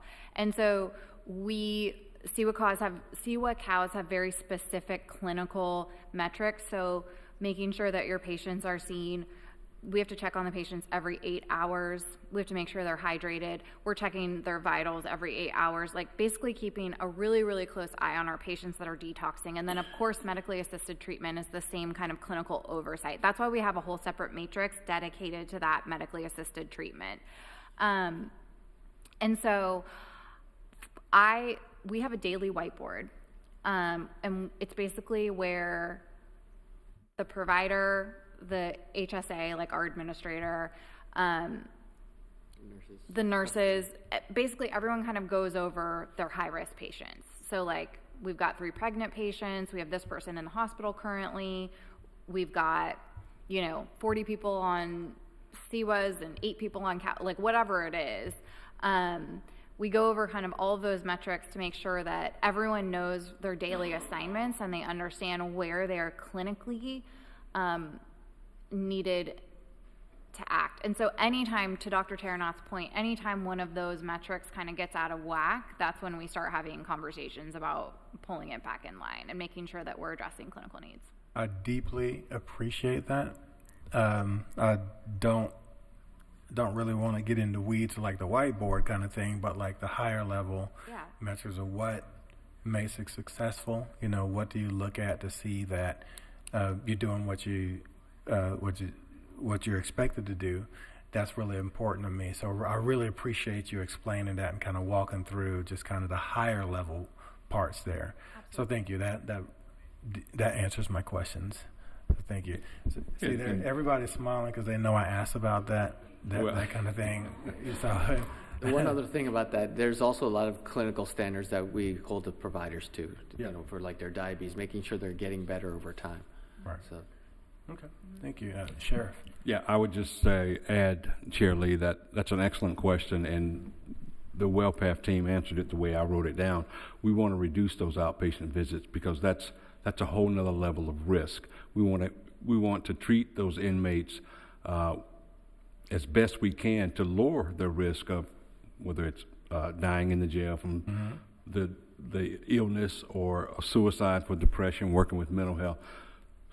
So I look at it every single day of what the outcome is, and then just making sure that we provide the best care possible through the synergy that we have with all of our partners, certainly our staff from WellPath, which I think we've achieved. So if you look over the past 7 years, how our healthcare has increased, how our ability to care for some really sick folks has increased. We've gotten better at doing this unfortunate job that we shouldn't be doing. Right. But that was my commitment when I was elected, because our suicide rate was off the chart. Our death rate in the jail was off the chart. We brought that number down, and God forgive me, I hate to even bring it up. Now something's going to happen. But that's the outcome that we look for every single day, and we evaluate that on a regular basis. How are we treating our inmates? How are we making sure they get what they need? How are we servicing working alongside our partners to make sure that the community is receiving some of this before they come to us? Right. So your question is spot on. I just don't know that there's a way that we can actually quantify it. Right. We certainly can give you the numbers I just gave you, but right. it is just every day, day in and day out. It changes every day. I'm not even saying that. It's just kind of in general. Right. I'd like to see which direction we're going. As we're going through the programs and getting these updates, I like to put that out there because that's where that's the foundational layer of my understanding of how things work, is understanding if they're working, right? So I appreciate the answers deeply. Were you going to say something? I just had something to add, and I'm happy to address this offline if you would like to talk about it some other time, but we have not had, I believe in the last 5 years, there's not been one completed suicide at Durham County. I'm pretty certain. And knock on wood. Yeah.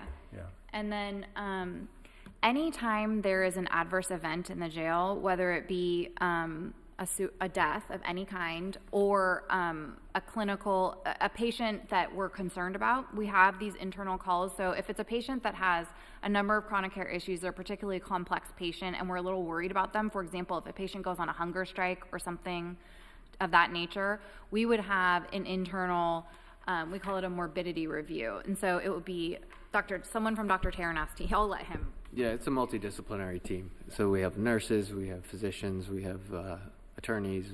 Everybody's looking at the case about what we can do for these patients to make sure we reduce those morbidities and they don't turn into mortalities. Right. Okay. And one last thing about the question you're asking, this was just a subset of the data that WellPath has. There's a lot more data out there. One metric that I think would data set that would answer your question, they have reports dealing with length of stay, and what the reports that I've seen, the longer they're with us, the more stable they are. and where the issues we're having, correct me if I'm wrong, Emily, the issue that we're facing, the folks who are there 60 days or less, or the recidivists out and in, are the ones that have the higher costs. The ones who have the lengthy stay, 90 days or more, several years, particularly going through the chronic care clinics, they're stabilized. Mm-hmm. They're healthier, dealing with their diabetes, dealing with their high blood pressure. And so one of the things that I'm glad we have this presentation is for mental health and public health to see, because it really can drive where our programmatic needs. Within the facility, the longer we have them, they're stabilized, right. But we're not, we can hand them off. So what are the successful ways, or what programs can we have to successfully hand someone off in the community to make sure they remain stable and not coming back? And so this can really drive programming at public health and justice services division, and really focus our resources, because it is a snapshot of what's going on in the community. But we do have that data if you want to see that. Is that correct, Millie? We do. It's flawed, I will admit. But this is an intra-month look. So this is just for the month of March 2026. So what I would like to develop is a cumulative look, so for you to be able to look at recidivism on like an annual basis, but right now we have the ability to look at it for a year. So we call it familiar faces. So out of 503 bookings in March, 173 were recidivists, which puts you, that would make us, if we were looking at it per 1,000 bookings, it would be 344 would be familiar faces, and that compares to similar contracts. Similar jails of a similar size typically see about 218. So the recidivism that you're experiencing in Durham is a little bit higher than other counties or other jails of a similar size. And then the average time between bookings is about 56 days. So that means that I get arrested, I get out, and about 2 months later you'll see me again. Right. Okay. Yeah, I was looking at this, the indices here a little bit earlier, so I appreciate that. Mm-hmm. Thank you all for your answers. I really appreciate it. Oh, yes, ma'am.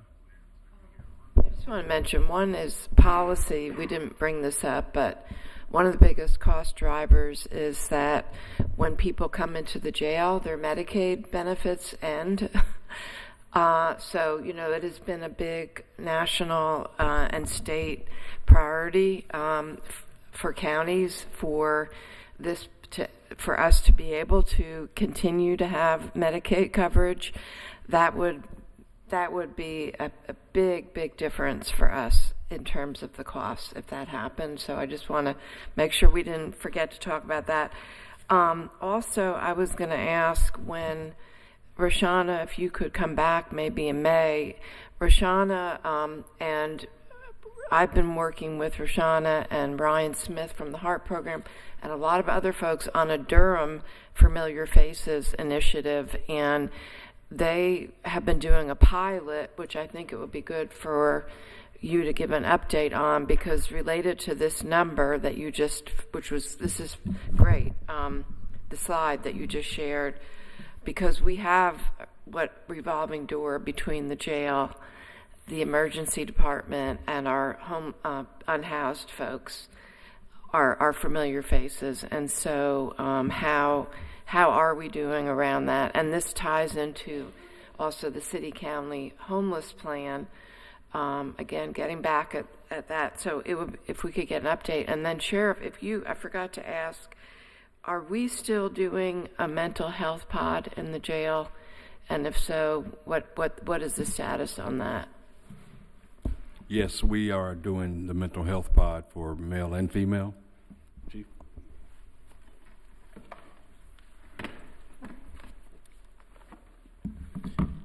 Yes, ma'am. We still have a therapeutic housing unit in the facility for specifically for the male detainees suffering from severe and persistent mental illness. The female housing unit, they receive theirs in the female housing unit. Yes, ma'am. And I will just interject that is staffed with Justice Services Department clinicians. So we provide the services in that male mental health part, and then we also provide, because the number of females is less, we couldn't designate a pod for them, but they go into that female pod and provide services. Thank you. Let me just say this, just all of you being here together, the collaboration that is happening between Justice Services, detention center staff, WellPath, public health, it is truly amazing, and I appreciate the way there are so many partners who are working together. And to your point, Chair, about data, I think one of the ways that we can really hold ourselves accountable is trying to, and this may be in the coming year, is to look at data around prevention, diversion, the disposition to trial rate, and also recidivism, and that will help us, I think, see kind of how we're doing and where we can really improve. And maybe other data points that you think of, but those are the ones that came to mind for how we could measure ourselves. Yep, absolutely. All right, thank you all. Really appreciate y'all being here. All right, and that brings us to the end of our agenda. I don't think we need a motion to adjourn, not in a work session, so we are adjourned. Thank you, and we're just slightly late, but